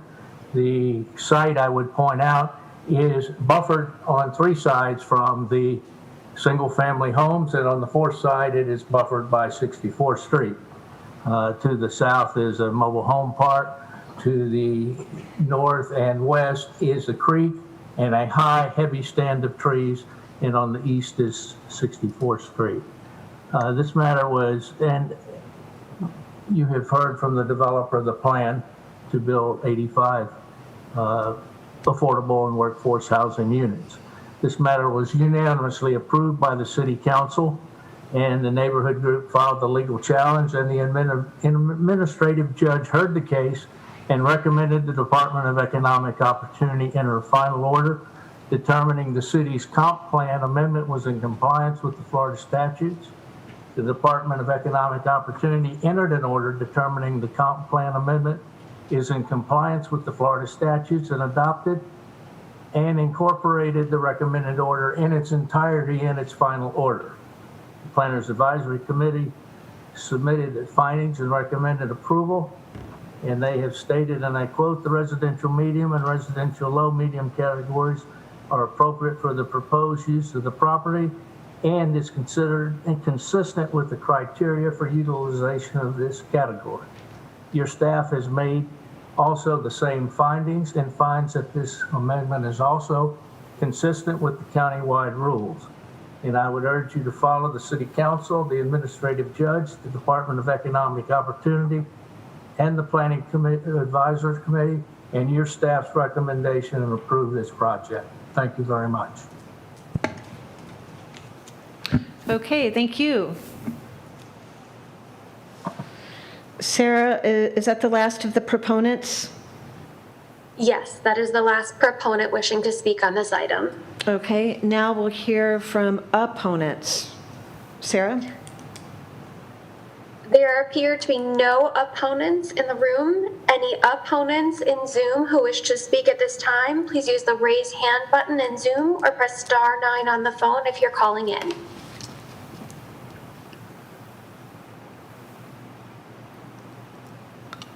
There are no opponents wishing to speak. Okay, thank you. And Sarah, are there any other citizens who wish to comment or ask questions on this case? There are no other citizens in the room wishing to speak on this item. Any other citizens in Zoom who wish to speak on this item, please use the raise hand button in Zoom or press *9 on the phone at this time.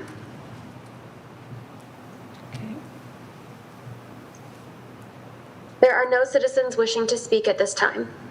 Okay, thank you.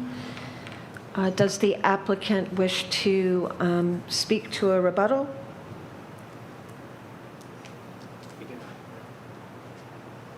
No? Okay. And does staff have a response or a summary? Okay, no? All right, thank you. So now it goes to board discussion. We will ask questions, and then I will close the public hearing, and we will deliberate and take action. Mayor Bajowski. I'd just like to hear from the folks from St. Pete. Well, I will jump in. It was a unanimous vote. It was quasi-judicial at the city level. So we went through a special process. Our city council, to a person, has been very, very skilled on understanding land use cases and supporting affordable housing. And we used the criteria that was available to us through the quasi-judicial process, and it was a unanimous vote. Councilmember Gabbard, would you like to fill in any blanks, if anything I left out? No, not necessarily. I mean, it was back when we were still on Zoom, so I have a very, clear memory of the 5-hour public hearing that we had while I sat in my home office. I think it was a very robust discussion. I mean, obviously, we had a lot of citizens to be heard. There was some concern, but our council is very focused on our affordable and workforce housing needs. We felt like most of the concerns had been addressed, and so, like Councilmember Rice said, it was a unanimous decision, and I stand by that today, and I'll be voting in favor of it today as well. Madam Chair. And additionally, I know I spent an hour and a half driving and walking around this area to really get a feel for it and feel very comfortable with the changes that council voted on. And if I could just maybe add one more thing, because I know what the questions normally are. So there was a lot of conversation in the public hearing about, will there be crime added? Will there be traffic added? A lot of those kind of questions. And I mean, I can very clearly tell you as a real estate professional in my other life, crime is not something that becomes rampant as soon as you add affordable and workforce housing to a community. So that was a very easy argument for me to not be concerned about. And then there was also a lot of conversation, if I recall, about decrease in property values, things like that. I don't have those concerns either. So those were a lot of what the public comment was kind of focused around, if there was going to be that question. Question? Thank you. Commissioner Eggers, and then Sorry. next speaker. I didn't have you. Oh, okay. Right here. Anyone else? Commissioner Smith. The quiet one. Which council member's district is this in? Councilmember Blackman. Okay. And what you just said, I don't care about that. That's here and there. Was there a traffic study done on this road? What was the report, out of curiosity? I believe there was. Mr. Kilborn will speak to that. There were several analyses done. So there was a traffic analysis performed by Tom Whalen, our city's transportation planner. He also participated in the administrative hearing process. And there was findings here that there were sufficient levels of service and that everything complied with the normal comprehensive plan requirements for transportation.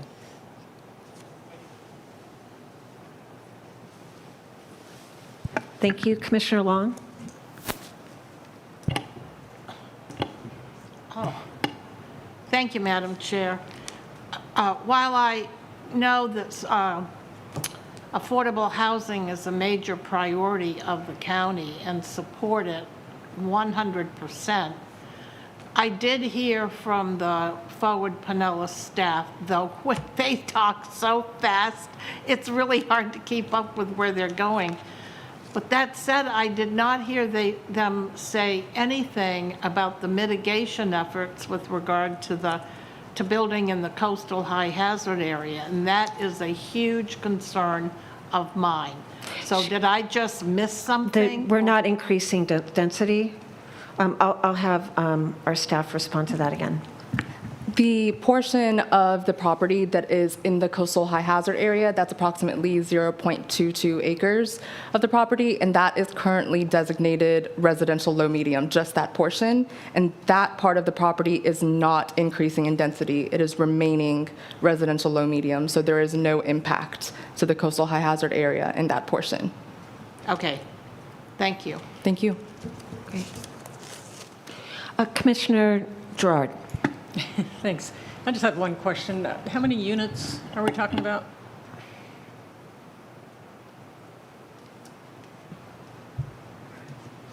Well, I think the representative for the local applicant is here and could maybe answer that question. Right. I believe it was in the range of 60 to 80 units, but I'll leave that. Sean Wilson again from Blue Sky Communities. We're hoping to be able to do 85 units there. Great. Okay, thank you. And that would go through a site review process as well. So right now, we're talking about kind of changing colors on a map. Any other questions, comments? Okay, well, I will close the public hearing, and the board will take action. Move approval. Okay, and who is the motioner? Oh, thank you. Commissioner Gerard, and seconded by Councilmember Gabbard. Tina, is this a roll call vote as well? No? Okay. All in favor, say aye. Aye. Any opposed? Okay, thank you. That's unanimous. Thank you all. Thank you for the great presentations. Really appreciate it. We're going to move on to our next item. It's under item 7, presentation, and I think there's some action items, I'm not sure, but our next presentation is the T-BARDA activities report. Commissioner Seal? Oh, no. Right. I'm no longer on T-BARDA. I knew that. Commissioner Long? Thank you. There is no significant report for today, Madam Chair. Our next board meeting is next Friday. Okay. Thank you very much. You're welcome. Thank you for your service and voice on that board. PSTA, we have with us the PSTA CEO, Brad Miller. Hello, Brad. As Brad's making his way up, I just wanted to thank him for being here. We think it's really a good idea, and Commissioner Seal suggested it to me a few months ago, that we invite PSTA to give a little broader conversation and of an update of some of their active projects. I think it's a good idea, and we'll continue to do that a couple of times a year. Excellent.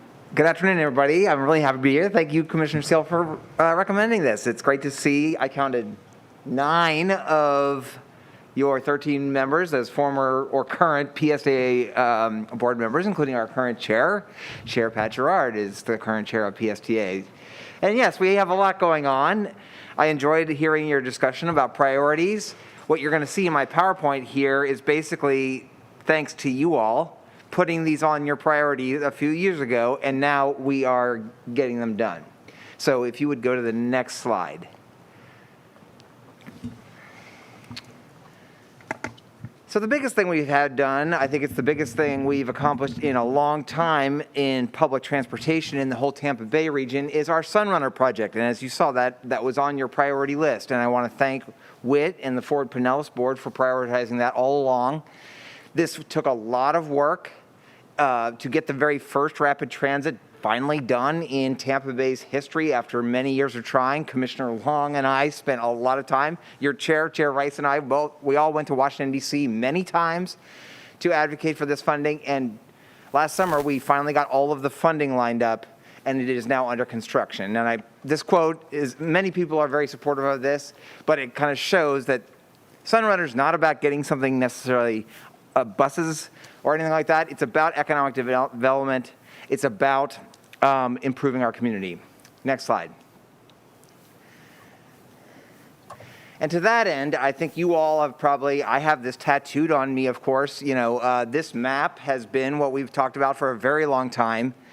But I put this map up to show, I think when all of you go to other cities and ride mass transit, do you think about the train tracks that the Washington Metro goes on, or the tracks in New York City or Paris? No. You think about the stations, the stops, and all the cool things that you get to see when you get out of the rapid transit. And so I'm very happy with this map to show that we are kind of transitioning, as this becomes a reality, to focusing less on the blue line, which we've been focused on for a very long time, and now onto the yellow dots. And that's what like the land use discussion you just had was all about. It is about what can be accessed along this very highly developed corridor and how via public transportation. Next slide. It is moving along very, very rapidly. Those yellow dots represent the stations along the line. It will be very much like a rail line. These are the stations. That's the picture in Orlando. They're being constructed in Orlando right now, and they will be delivered and installed on the platforms at the stations at the end of the project late this year. Next slide. I think they look pretty cool. They are going to be very cool. They have this beautiful art that's going to be installed at each of the stops by a local St. Petersburg artist who has made these glass murals that will be in each station. And once they're installed, you'll never see it like this, but if you put them end to end, they actually make like a mural. They make a coordinated mural, which I think is really neat. And then she's incorporated items from each stop, each station in that area into the glass design. So that will be very neat. Next slide. The construction is moving along very rapidly. That's what you are, the Ford Pinellas Metropolitan Planning Organization, talking about priorities, but it really happens once you get something on the priority. This station on the left was completed a while ago. This is over in Pasadena Avenue area, and that's what they look like. The contractor is moving from west to east toward downtown St. Pete. They got out of Gulf Boulevard and the beaches in time for spring break. This picture on the right was just taken, I think, about 8 days ago, because I just wanted to show that they're really working right now. what the guy is doing in the picture is he's installing those turquoise bollards.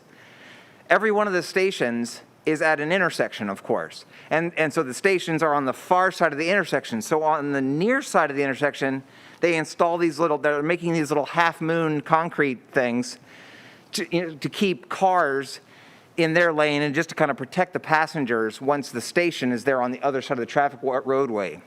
Next slide. Of course, there's been a lot of other successes over the past year. We're very, very proud of our autonomous vehicle pilot and the success it had in St. Petersburg for just about 3 months. It was the most successful autonomous vehicle shuttle in mixed traffic in the United States today, even during a pandemic when they had limitations on ridership. The ridership was enormous on it. It was the first time a driverless vehicle had been operated in Florida on a road with other cars.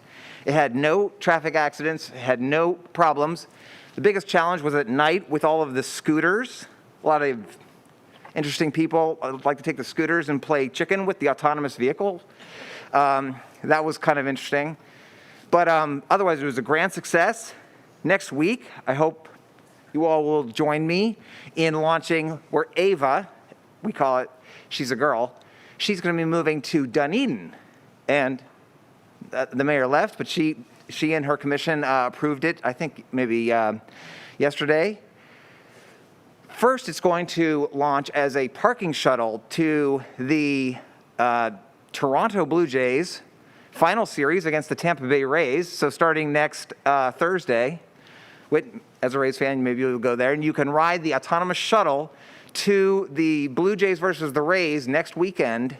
It'll operate up and down Douglas, and then I understand the Blue Jays are going to move north, and then it's going to transition to a Main Street in Dunedin, back and forth on Main Street after that, which I think will be a great pilot. After 3 months in Dunedin, then we're going to transition it to Clearwater Beach, and Ava will operate on Clearwater Beach, and we'll get some experiment there. Next slide. Speaking of Clearwater Beach, I just had to put his picture in because it's the most beautiful picture I've seen. But we have tripled our electric bus fleet, our zero-emission electric bus fleet. I know Commissioner Eggers fondly remembers all those discussions about electric vehicles, but we're getting more and more grants as the federal government seems to be prioritizing that. And now we're up to 6 all-electric vehicles going all around Pinellas County.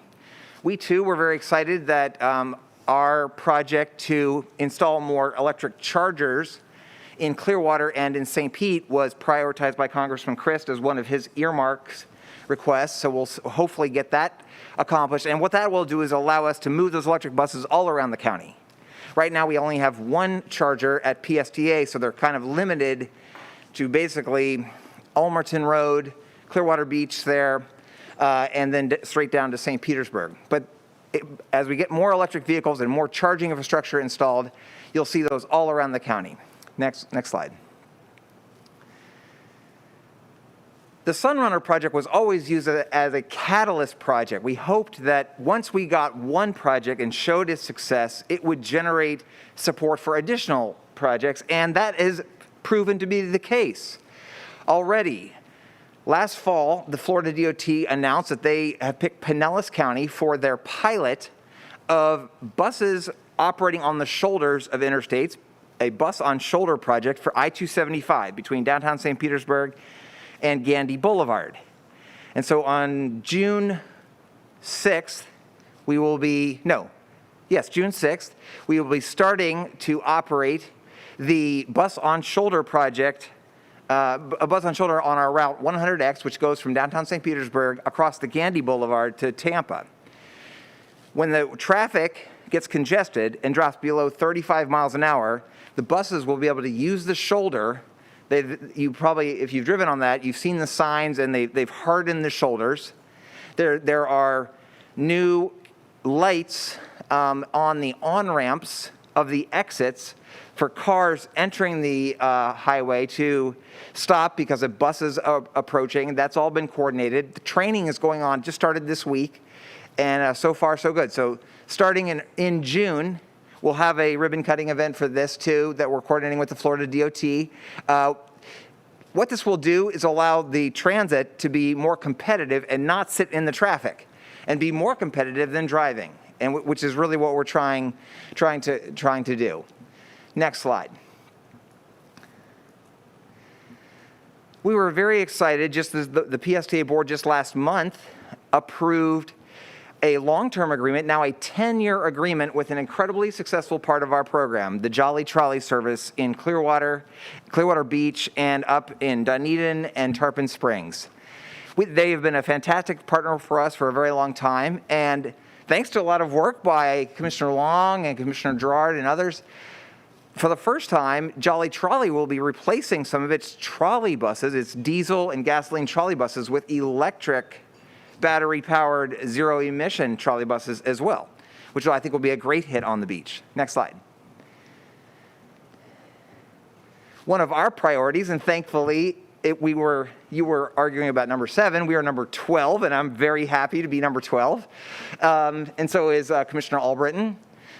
As our priority project now is to get a new transit center in downtown Clearwater to replace the 40-year-old dilapidated transit center we have there today at Park Street. The roof is very low, it's very dark and dank. The electric buses and even the hybrid buses can't go in there because the roof is too low for the buses to fit in. The bathroom needs replaced, and we are applying and prioritizing to apply for a formerly known as BUILD, now called RAISE federal grant, to finally get out of that facility. The city of Clearwater is our partner. They will purchase the PSTA facility, and they will give us the Court and Myrtle site for this new transit center that's been planned for over a decade, but finally coming to fruition. We're in final design right now. Next slide. And one of the projects you've already talked about today, but another group that Ford Pinellas created was the Waterborne Transportation Committee, which Mayor Kennedy chairs. That's moving forward too in a big way in the last year, that we are looking to go multimodal, taking advantage of first in Clearwater, but the plan I think that your Ford Pinellas will review coming out of the Waterborne Transportation Committee this summer will include Clearwater, the Madeira Beach area, the St. Petersburg ferry operation over to Tampa, and then the Clearwater ferry extending to Dunedin as well. This is a rendering of one of the consultants that we were working with of what a more permanent ferry operation in Clearwater might look like. Next slide. And the last thing, and I think Whit asked me to talk a little bit about this, is what's going on right now with COVID and kind of getting back to normal and restoring services. Public transportation is moving out of the pandemic and moving forward. And here in Pinellas County, largely because of our economy being a very service-oriented economy and a tourist-oriented economy, our ridership is really coming back strong. I think all of you probably saw that we had basically a normal spring break. And you can see from this ridership, this daily ridership chart, the Jolly Trolley, which is mostly ridden by tourists and workers on the beach, it's back to pre-COVID levels already. That same thing on the Looper in St. Petersburg, which is ridden by tourists, that's back to normal, and even our regular bus services are growing and growing. I'm wearing my mask today to represent what the transportation world is still having to wear masks under a federal mask mandate that supersedes any of our own mask mandates on all transportation. That's on an airplane, on buses, on boats, anything. Now until September. But we are restoring all of our services back to pre-COVID level coming up on June 6th. That'll be extending services later back to late at night. We'll start collecting fares on July 5th, and we're able to do that with our new Flamingo Fares program, now ready to go. And that will be a contactless way. You can download the Flamingo app, Flamingo Fares app on your phone, and you can just tap your phone. And you no longer need to buy a bus pass or have cash. So that'll be exciting there. I think we are making great progress. We've got lots more things on our map for the next time I get to come present to your group. But this last year has been great, and the partnership with Ford Pinellas has never been better. So I want to thank you for that. And I'll be glad to answer any questions. Thank you, Brad. Commissioner Eggers. Well, Brad, it's always good to see you, and you're never short on enthusiasm, and I've always appreciated that. Thank you. Just two things real quick. I'm glad to hear about your partnership strengthening with Jolly Trolley. I think that's great. Be interesting to see how those the electric buses work up and down through up to Tarpon Springs all the way down to the beaches. Did that expand any, or did it just kind of stay the same? The service itself, did the Jolly Trolley service itself expand, or did it stay in that same area that it's currently in? There was some discussion about potentially expanding it at one point. Well, of course, we in the last several years, we have expanded it on a seasonal basis. We've added a bunch of service for spring break, including a free park and ride service using the Jolly Trolley in Clearwater. And then we now have a permanent park and ride for the spring training in Dunedin for the Blue Jays parking shuttle there too. I know the city of Dunedin and Tarpon Springs have both talked to us about expanding that service that goes up to Tarpon Springs, because as you know, in Alt 19, having the trolley run only every hour, and especially sort of in the afternoons, it gets really congested. It cannot keep its schedule. So hopefully we will be able to, in the 10-year agreement, it does call for expanded hours, especially on that route that goes up through Dunedin. But nothing further south on the beaches at this point? At this point, no. I mean, we are looking at the ferry operation to go further south. Okay. And trying to coordinate. One of the keys that the city of Clearwater has really been pushing is to make sure that the ferry operation becomes part of the transportation network, and it's not like a separate tourist thing, but coordinates with the Jolly Trolley, so that if the ferry goes there, then maybe folks can transfer from the ferry to the ferry. I think that's a great idea. Obviously, tourism targeted, but even for those of us who live here, it's kind of nice to have them. Exactly. The last question I had was on the bus on shoulder. You said when it gets below 35 miles an hour, the bus can then go onto the shoulder to go how fast? How fast? Max of 15 miles an hour above whatever the traffic is going. So if the traffic's going 20, it can only go 35. Okay, so if it's dead stopped, it's just it'll move along. It's going to go slow, yeah. It'll keep moving, but at a much, not too fast. Okay, just was curious about that. So it's still maintaining that 15 mile per hour above the existing traffic. Yeah. Okay. Exactly. All right, thank you. Thank you. Any other questions, comments from board members? Commissioner Smith? Thank you, Brad. In the past, pre-COVID, PSTA has worked with Pride in St. Petersburg. Are there any ideas? I know that Pride has kind of changed this year. Are there any ideas being batted around with PSTA with Pride, the St. Pete Pride group? Well, I know that we are. You'll see a beautiful, colorful bus. I know we're getting a Pride bus just like we've done in the past. Obviously one of the big things we've done with Pride in the past is a fantastic park and ride shuttle service to the parade, which is not happening.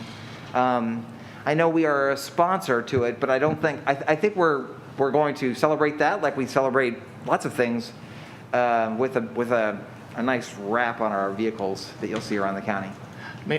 Have we looked at anything? I know that a lot of the businesses right down in the central area is kind of doing a get around the businesses and stuff like that. Have you reached out with them at all to see if St. Pete Pride organization is sponsoring anything like that? I do know we are a sponsor of the St. Pete Pride activities, and so I just don't know the answer, but I will find out. Thank you. Yeah. And thank you for the bus. Any other comments? Well, thank you, Brad. It's really, I think, one of my favorite pictures here that's so exciting is the picture of the construction workers pouring cement and setting up the ballards. And just for so many of us, I think there's some people in this room who've been working on this even longer than I have. And it's really exciting to go from looking at like a PowerPoint map and proposal drawing to actually seeing it being built and coming to life. Very exciting, yes. Super exciting. Yeah, I did talk to, just one more comment, I did talk to a developer down in that area, and he first thing he said to me is, the Sunrunner's right here, a block away, and it just works perfectly with that. So to your point about economic development, certainly I think that's going to be a catalyst. We've always said that about rail, but I think this will be as well, so. Yeah. Anyway. Yeah, undoubtedly. Thank you. Okay. All right, moving to our next item is the US 19 Frontage Road Study. This is item 7C. We have a presentation by Alex Henry of FDOT. Madam Chair, as they're getting started and Okay. Alex gets going, I just want to say that we really appreciate the department's response to our request a couple of years ago to look at the US 19 frontage roads. We went out and walked these roads with Ed McKinney and Richard Moss and several other people in senior DOT leadership, Ron Chen. And it was really helpful for them to go out there and just physically see how people use these frontage roads while we were standing at the intersection of 580 and the frontage roads. A car came around and did a real fast U-turn to go from north to south on the frontage roads and flipped over and took out a speed limit sign, all while we were standing there watching with our jaws open. And I think it was really illuminating to the department senior management to see how people use these frontage roads. We also saw no bicyclists using the little 3-foot bike lane down there. They were all up on the sidewalk. And a lot of times you can just observe behavior and learn some lessons. So with Clearwater and Largo's approval of redevelopment plans and ordinances for US 19, we do expect to see a lot more intensity and density, particularly of multifamily development in this area. And that's why we asked them to look at ways to make the roadways safer and balance the needs of all the users in this area. So with that little introduction, we'll turn it over to Alex. Great. Thank you so much, Whit, and thank you for the opportunity to present this afternoon. My name is Alex Henry with FDOT District 7 staff, and this afternoon I'm going to be presenting an update on our US 19 Frontage Road Safety Action Plan. As Whit mentioned, this is an effort that's been going on for about 2 years now. We kicked off in the summer of 2019 in response to a lot of those issues that Whit mentioned involving speeding and non-motorist safety, and also with the goal of just generally promoting multimodal safety, connectivity, and access along the existing US 19 frontage road system. Next slide, please. So just a little bit of an overview of what I'm going to cover this afternoon. First, just give a general overview of the project and some of the existing conditions out there that are informing some of the things that we're focusing on as part of the study. Then diving into our guiding principles for the study, which are the priorities that we've established in coordination with our local partners that have really guided the certain focuses and priorities that we've established when looking at potential recommendations. From there, we'll give an overview of some of the potential changes to the cross-section, those alternatives, and some of the evaluation ranking that we've done to those to date. Dive into some preliminary traffic analysis we put together for those preliminary alternatives, and then talk a little bit about where the study's headed and next steps. Next slide, please. And then one more. So a little bit of a project overview.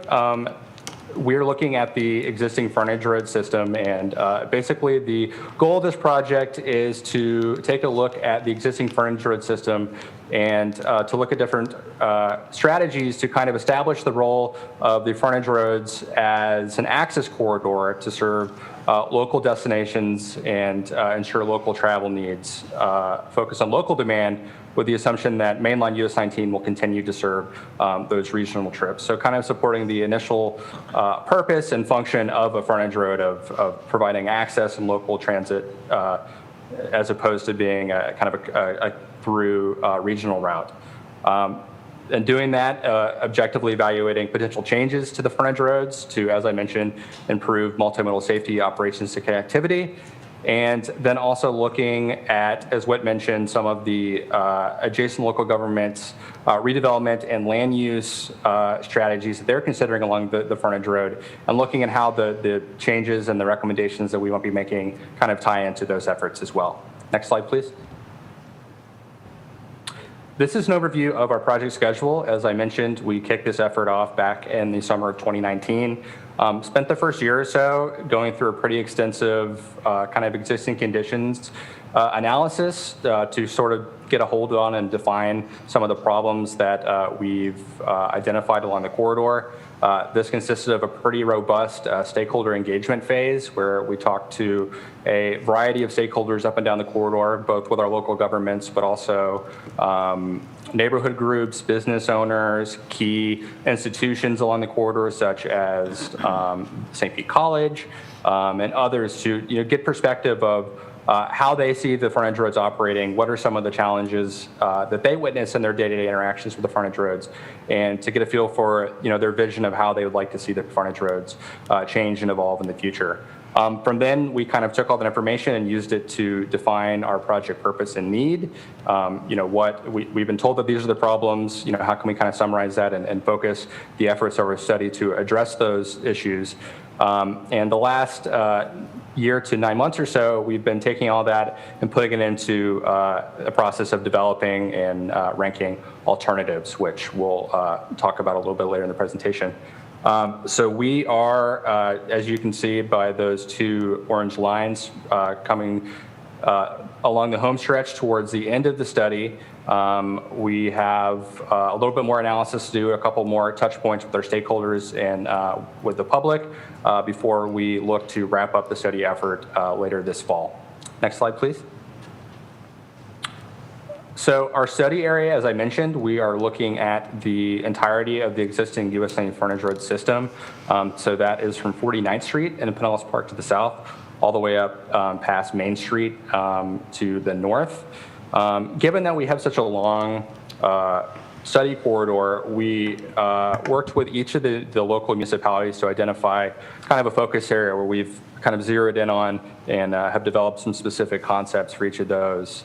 So these locations were identified based on safety data, so looking where we have a concentration of crashes, as well as thinking of potential land use redevelopment opportunities that may be in those areas as well. So as you can see from Clearwater, we're focusing on the area from about South Avenue to McCormick Drive, which popped up in the crash data and was also identified by the City of Clearwater as a location where there may be some potential redevelopment opportunities in the near future. There is a mobile home park there that recently went out of business, isn't up for redevelopment. So they were interested in looking at how that might tie in with some of the changes we were making.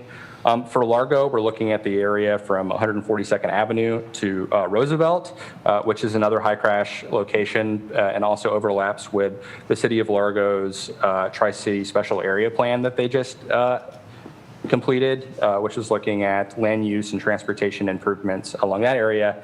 And then in Pinellas Park, looking at the segment from Bryan Dairy Road to Ulmerton, which was one of our biggest safety focus areas, particularly at the interchange of the frontage roads and Ulmerton, which was our highest crash location along the whole corridor. In addition to these three focus areas, from the time that we initiated the study, there was also a resurfacing project that was programmed for both mainline US 19 and the frontage roads from Sunset Point to Drew Street. So we have shifted a little bit of focus towards that segment as well, identifying that as a potential vehicle to implement some of these eventual recommendations that come out of the study. So although we are looking at the entire length of the frontage road, we focused a lot of our efforts and a lot of our concepts for demonstrational purposes on some of these focus areas. Next slide, please. So I think we've mentioned a couple times travel speeds is something that we're paying special attention to as part of this study effort. What you can see here on this chart is the existing posting speeds along the frontage road system. So where you see the green lines there, the posted speed is 35 miles an hour, and where you see the red lines, the existing posting speed is 45 miles an hour. However, through our stakeholder outreach, we continually heard from our locals and from business owners along the corridor that speeding was an issue, particularly in off-peak, non-congestion parts of the day. And we did go out and collected some off-peak speed data, which confirmed some of that feedback that we received. So, as you can see, looking up and down the corridor, we routinely observe speeds approaching close to 55 miles an hour, which are well above the posted speeds in these sections. So when you look at speeding, there's a couple of important factors to consider. First of all, from a safety perspective, higher operating speeds can have negative safety outcomes. Typically the higher the speed of the crash, the more likely that crash is to be a severe or fatal crash. So, the department is starting to really focus on speed management, speed reduction as a sort of systemic approach to addressing some of those safety issues we have along corridors such as this. Another issue that we heard from some of our business owner outreach was that, the speed differentials along the frontage roads kind of make it difficult for folks trying to turn in and out of these businesses. They're slowing down to turn in or at a stop point trying to turn out, and they're having to kind of navigate high speeds upwards of 55 miles an hour coming off mainline US 19, which creates issues and access issues for some of these businesses as well. Next slide, please. Safety, I touched on the last slide, but definitely is a huge focus of the study. Here we can see kind of distribution of bicycle and pedestrian crashes along the corridor. And as you can see, there are some noticeable concentrations in the three study areas that we have identified and that I explained in the previous slide. Bicycle pedestrian safety in particular has been a focus of the study. And when you drill down into the bicycle and pedestrian crash data specifically, one of the major trends, if not the most glaring trend that you notice, is a trend of bicyclists riding on the sidewalk being hit by vehicles that are either pulling in of or out of driveways and side street locations. We feel that this could be a contributing factor to this could be, as Whit mentioned, due to the high speeds and the below standard conditions of the on-street bike lanes, is that most people are choosing to ride on the sidewalk, which feels less stressful and more safe. However, in doing so, it creates some visibility issues with folks that may not be expecting to see a bicycle coming against traffic as they're looking to their left, waiting for a gap in traffic. So these trends are popping up in the crash data and things that we are looking to focus on as we look at future potential solutions along the corridor. Next slide, please. As I mentioned, we've done some pretty extensive stakeholder engagement to date as part of this effort. We have convened a project advisory group, or a PAG, comprising of many of our regional and local partners that have been receiving periodic updates throughout the duration of the project and providing inputs at important milestones and touch points.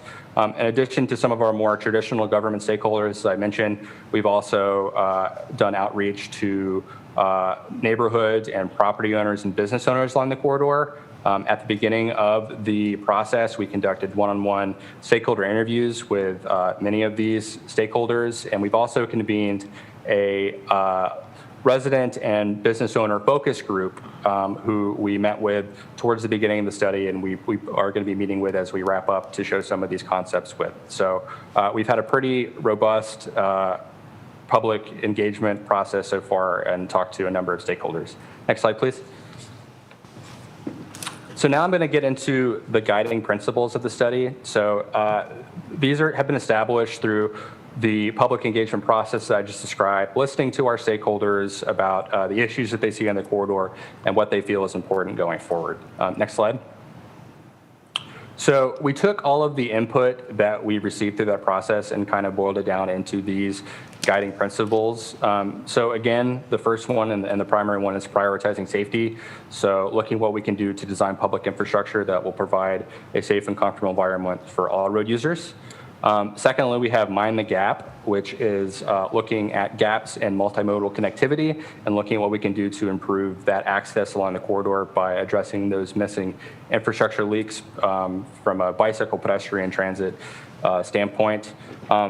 Foster multimodal connections, so similar, looking at what we can do to help facilitate better connections between bike, ped, and transit and key community destinations and recreational facilities, such as the Duke Energy Trail, which parallels our study corridor for part of our limits. Balancing mobility and access, so basically looking at what we can do to manage traffic speeds to help improve business access, speaking to some of those challenges that I mentioned a couple of slides ago, and also improving livability. So looking at what we can do to promote strategies that make the frontage roads feel a little more livable and safer, providing space for future landscaping opportunities that we could partner with local governments on, providing space for transit amenities, things like that. Next slide, please. Something that the Department of Transportation is starting to focus on is establishing a target speed for our project. So a target speed is kind of an aspirational target of how fast we think that vehicles should be operating on a given corridor. And it may not be something that we can accomplish in one project. It might take a couple of projects with different speed management countermeasures of different intensities and different scopes. But it's kind of an overall goal that we would seek to kind of get to over time. So for this study corridor, we are proposing a target speed of 35 miles an hour, which we feel will help to address some of those motorist and bicycle pedestrian safety concerns that we've highlighted. Again, support local business access by reducing that speed differential that makes it hard to pull into and out of local businesses. Provide continuity throughout the corridor. Again, if you recall a couple slides ago, there are currently sections of the frontage road today that are posted at 35 miles an hour. So this would be reinforcing that consistently along the corridor and introducing design elements that would reinforce that posted speed and help to encourage drivers to abide by it. And it's also consistent with some of the proposed alternative cross sections, which we're going to get to in a few slides. Next slide. This is kind of an overview of some of the evaluation matrix that we have applied to some of the alternatives that we're about to discuss. So they come straight from the guiding principles, which I just talked about, and were kind of divided up by priority based on some of the feedback we received from our stakeholders in our project advisory group. So you have, the biggest categories are prioritizing safety. So looking at how the typical section helps control speed, helps reduce crashes and conflicts, specifically looking at that vehicle to bicycle conflict that we discussed earlier. And also some of the concepts got extra points for being able to accommodate emergency vehicles or the ability for a vehicle to pull over in an emergency situation. We also have another highly scoring category, balancing mobility and access. Opportunities to reduce lane widths, provide a continuous pavement width, and providing a two-way bicycle connection, which helps to address some of those bicycle crash issues that we discussed. And then also a couple of other categories, again, looking at making critical multimodal connections, filling in gaps, and improving livability along the corridor. Next slide. And one more, please. Thank you. So before we get into some of our longer-term proposed cross-sections, this is the kind of existing typical section for these sections of the frontage roads that currently have 2 lanes. There are a few locations where it is currently down to 1 lane, which we'll talk about in a little bit. But for a significant portion of the existing frontage roads, there is a 2-lane condition. Lane widths can vary from location to location, but generally speaking, we have 2 12-foot travel lanes, a 4-foot bike lane, a 5-foot sidewalk, and then we have some varying right-of-way behind the curb, depending on what situation we're in. Next slide. So getting into some of the potential long-term cross-section alternatives that we developed and scored as part of this effort. The first one looks at what we could do if we were to maintain the 2 travel lanes along the frontage roads. Obviously, in doing so, we're a little bit limited in how much space we have to play with or reallocate to other potential modes. but a concept that we could pursue would be taking away the existing width of the on-street bike lane and reallocating that to create a wider sidewalk or a shared use path type facility along the frontage roads. As Whit mentioned, we are observing that the existing bike lane does not get a lot of use. Folks don't necessarily feel comfortable riding so close to high-speed motor vehicle traffic. And there's also a desire for bidirectional traffic on each frontage road that the current bike lanes are not serving. So this could be a potential strategy to address that and potentially, make those bicycle facilities a little more visible to folks that are pulling in or out of driveways or cross streets. The rest of all alternatives that we'll talk about do consider the potential for taking one of those two general purpose travel lanes and repurposing that space to serve different multimodal needs, which we'll talk through. But the first of those concepts would essentially take that travel lane and the width of the existing bicycle lane and provide a two-way protected bicycle facility with separation between the bikes and the travel lanes. So in this particular concept, we could look to provide some kind of low-profile, mountable type of separation that, if need be, could be traversed by emergency vehicles or disabled vehicles along the corridor to kind of balance the need for bicycle pedestrian access with emergency vehicle access as well. Next slide. Two more similar concepts. The first of which on the left is very similar to the concept that we just discussed. However, the two-way bicycle track would be separated by a more robust, higher profile curb separator that would provide a little more protection for the folks in the bidirectional bike facility, but that would not be able to be traversed for emergency vehicle access. The concept on the right would reallocate that space to provide a shared use path. So we would widen the existing sidewalk out to create a 10 to 12 foot shared use path, and then use the remaining space to provide a planting strip that would provide some separation from pedestrians and bicyclists from the frontage road traffic, as well as provide some opportunities for landscaping and other amenities to improve the livability of the corridor. Next slide. Another alternative, very similar to the ones we previously discussed, except moving that bidirectional bike facility to behind the curb. So it'd be elevated and a little further separated from traffic. And then using the remaining space for a planting strip that could serve some of those purposes that we mentioned previously. Next slide. Finally, as I mentioned, there are some locations along the existing frontage road where we do currently have one lane existing.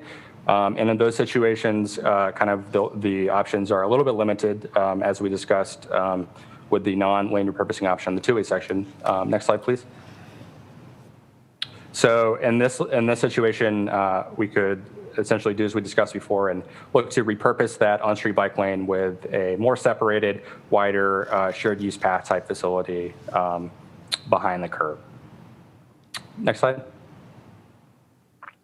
So this is just kind of a look at all of those alternatives after we apply that ranking criteria that we discussed based on the guiding principles.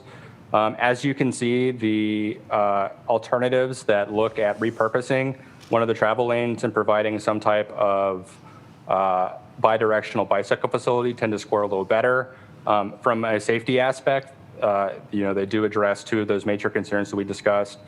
Controlling speeds by reallocating one of the travel lanes while addressing some of those bicycle driveway conflicts that we discussed by moving the cyclists out onto the road where they're more visible and predictable and conspicuous, so potentially increasing driver visibility and expectancy through that. So as you can see, the second option gained a little bit of extra points by maintaining emergency vehicle access, and the similar option of having a little bit more of a raised separator scored second. So when we showed these alternatives to our project advisory group consisting of our local stakeholders last week, options 2 and 3 were also scored among them as the two, by far the two most popular options. And also when you look at relative cost, so we haven't yet completely costed these out yet, but just looking relatively how much they may cost compared to each other based on costs to relocate the curb and things like that. Options 2 and 3 are also, relatively speaking, would be the most affordable options, which is rare. Typically, sometimes the better the option, the more expensive, but this seems to be a exception to that. Next slide, please. So I'm going to talk a little bit now about some of the preliminary traffic analysis we've done to date. Obviously, by potentially repurposing a travel lane, there would be impacts to existing traffic along the frontage road system.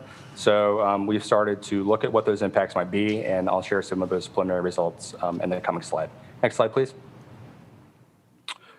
A little bit on the methodology that we've used to date to evaluate some of those traffic impacts. So throughout the study corridor, we have conducted kind of a higher level operational analysis for key intersections to start to quantify some of those impacts.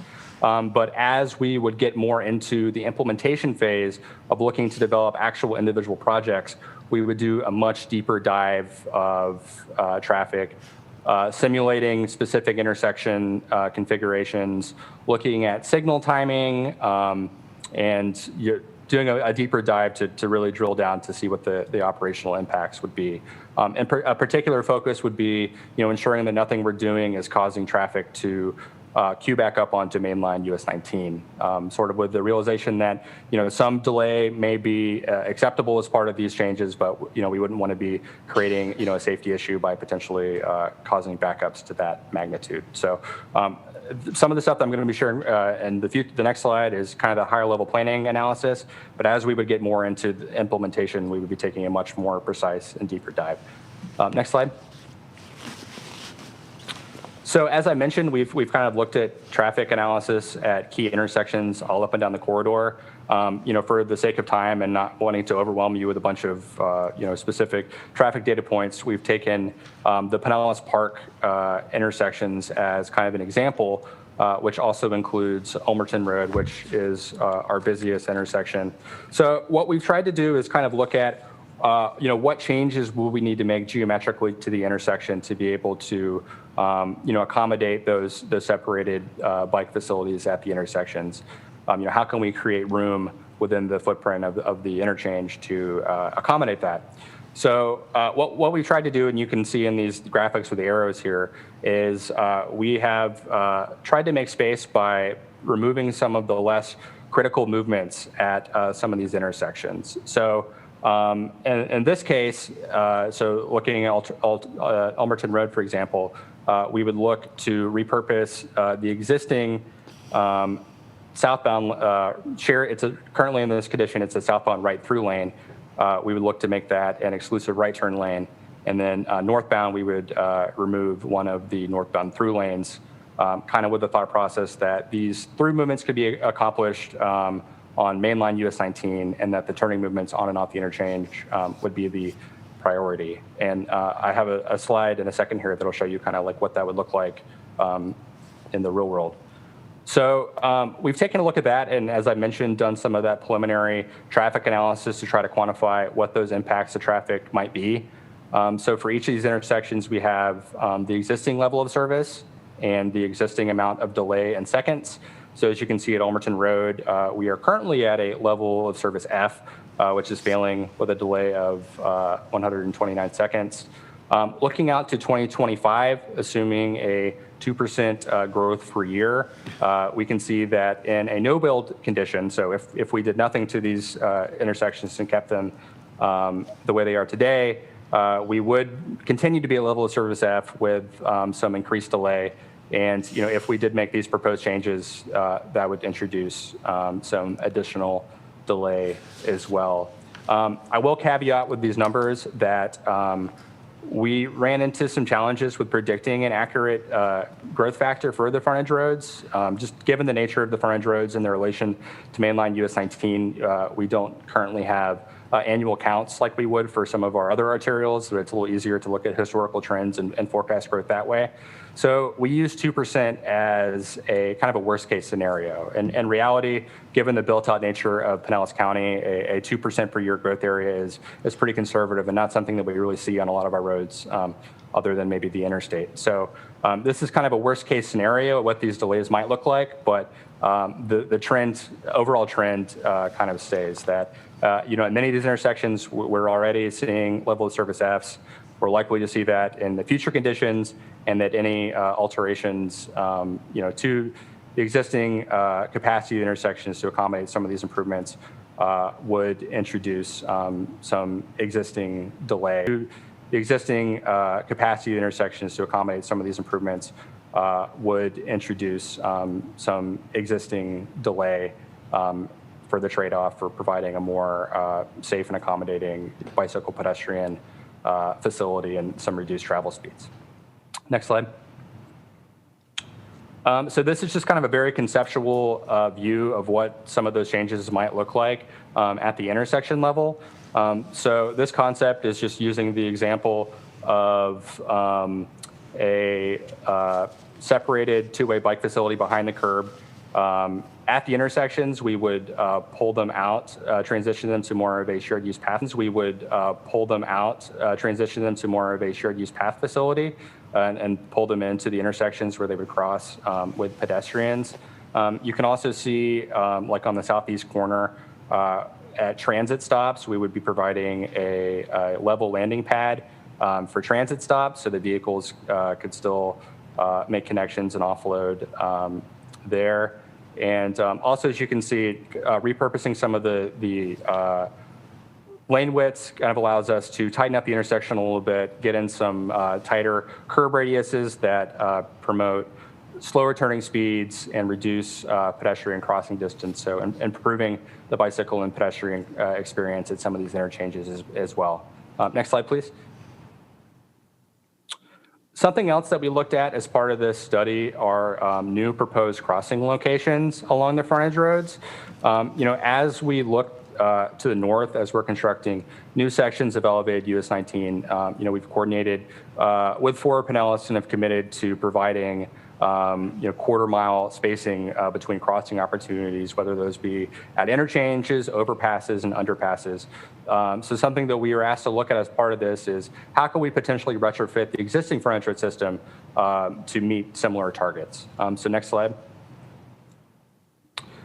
So these are some conceptual potential future crossing locations that we have identified as part of this effort, looking at things like traffic, looking at things like connections to community amenities and resources, things like trail connections, connections to big attractors, residential developments, transit, things like that, while also trying to get as close as we can to that ideal, quarter-mile spacing where we can.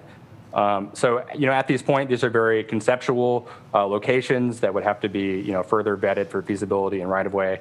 And, obviously, we've discussed, some of the challenges of funding some of these overpass locations. So it would be an ongoing discussion with Forward Pinellas and with our local stakeholders of, the appropriate way to kind of prioritize and implement these locations as well. But as part of the study, we did just want to identify some opportunities and lay some groundwork for some of those future discussions. Next slide. So a little bit about next steps and where the study is headed. Next slide, please. As I mentioned, we do have a resurfacing project that has been programmed for mainline US 19 and the frontage roads in Clearwater from Drew Street to Sunset Point. So certainly as part of this project, we'll be looking to make some safety modifications to the intersections and see what we can do from a SOT-specific safety standpoint to reduce crossing distances, reduce conflicts, control speeds, and things like that. Potentially, pending the results of the study and some future analysis that we're doing, this could also potentially be a vehicle to pilot some of the different cross-section alternatives that we discussed. With a resurfacing project, our scope would probably be a little bit limited in that we wouldn't be able to pursue any of the moving curb options, but potentially pursue a lower cost on-street two-way bicycle facility as we discussed.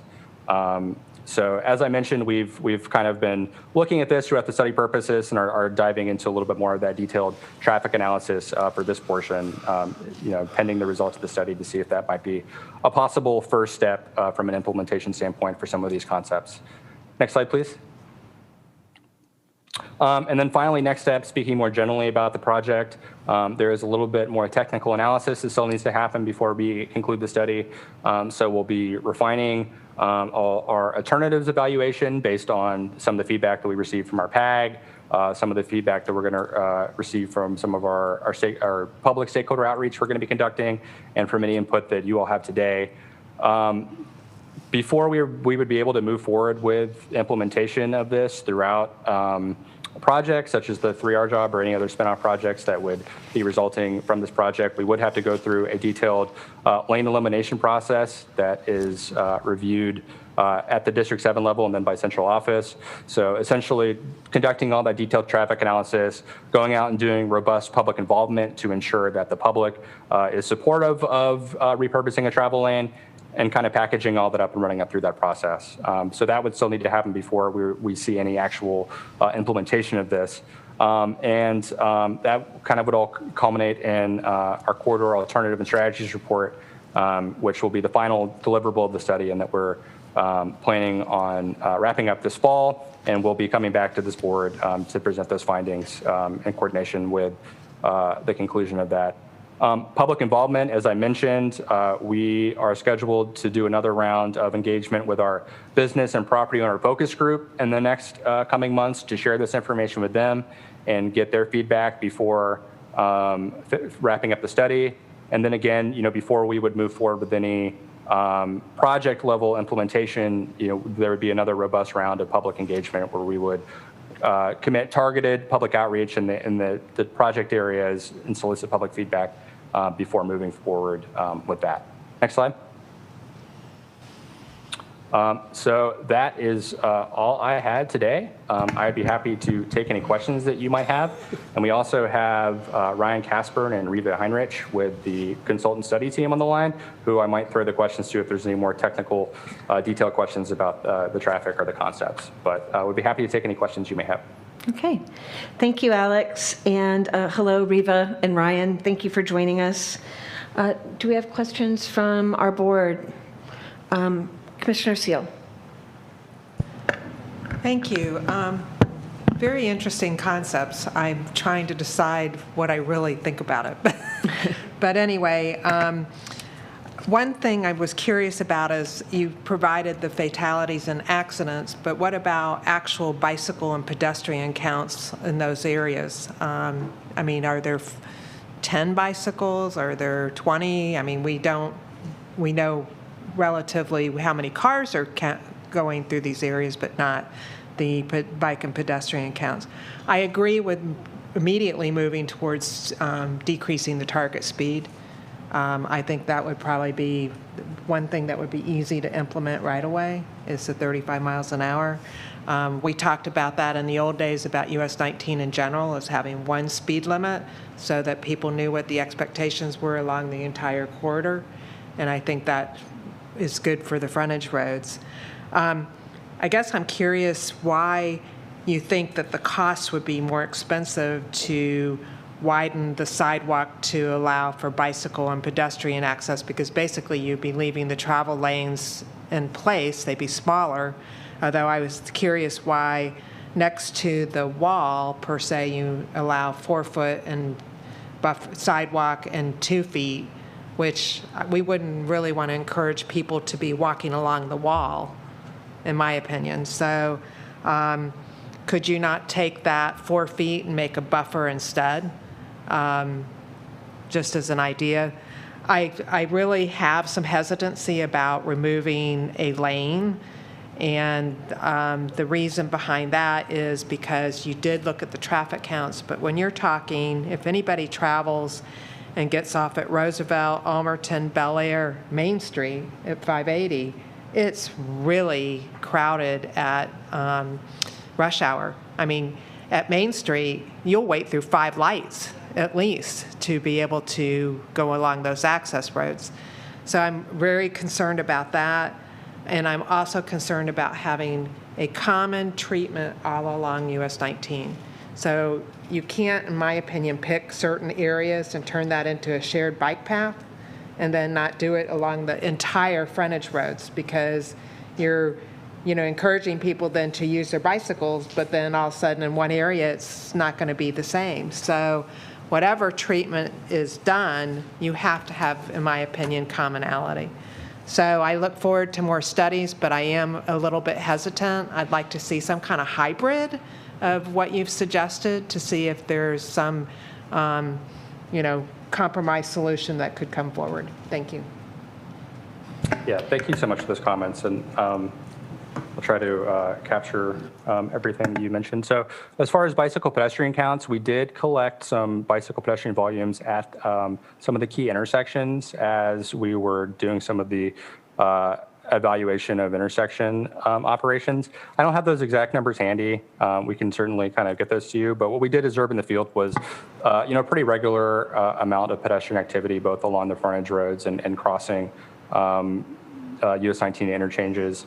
A lot of folks accessing transit appeared to be using walking and biking for more utilitarian purpose. So, where I don't have the exact numbers handy right now, just anecdotally in the field, there definitely is some activity out there, and we can follow up with you on some more specific numbers.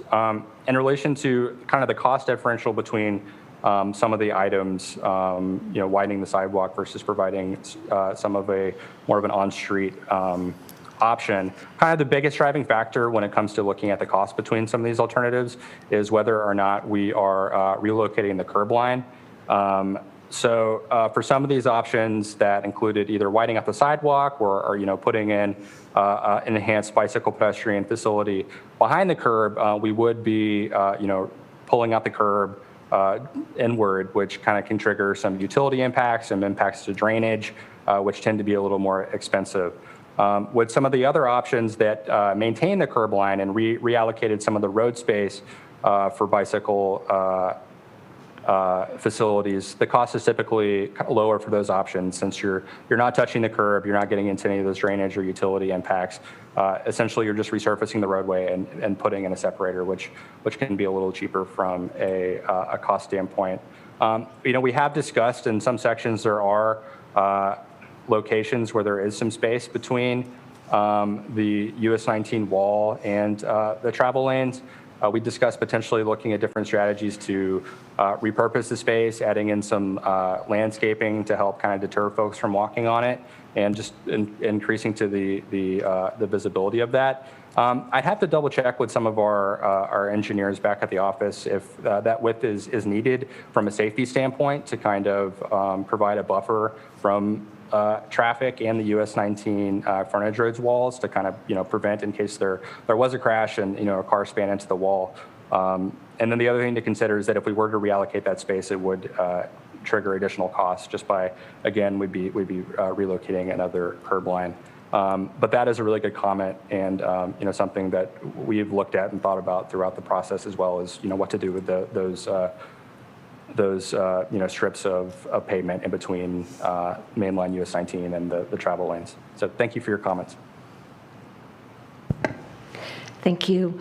We'll go to Commissioner Mers and then Commissioner Eggers. Acknowledge the amount of work that study, it looks like you've put in a lot of time and effort thus far. The only two items that initially I wasn't sure about was, and I guess Commissioner Seal reiterated that one of them is the removal of a lane.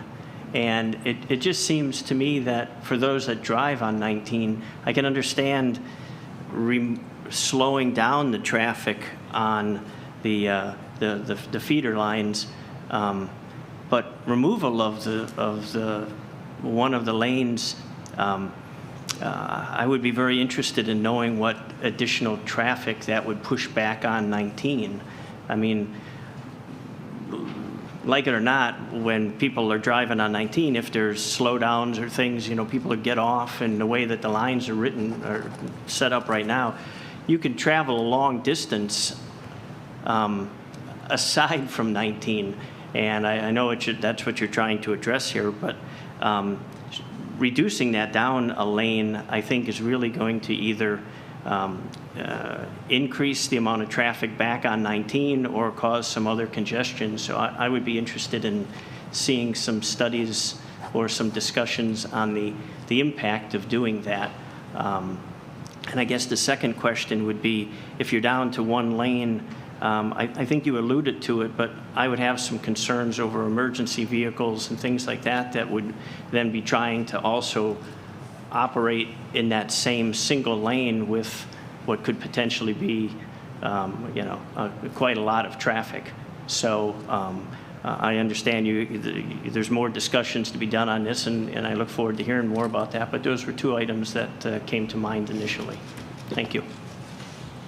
Great. Yeah, and thank you so much for your feedback. And that obviously is, a point of discussion is the travel time trade-offs, versus being able to accommodate some of these, additional facilities for non-motorized users. And that's the type of feedback that we're looking from you as well as from our stakeholders when we go out to the public. And again, before any project that would go into the ground that would look at reallocating those travel lanes, it would involve a robust public engagement process to make sure that we are engaging those commuters and giving them an opportunity to share their input as well. As you mentioned, the emergency vehicle access, that is something that we have heard from our stakeholders and something we've been looking at internally and kind of factored into our scoring process. And as we did show, one of the alternatives, the alternative 3, we believe might be a good potential mix of,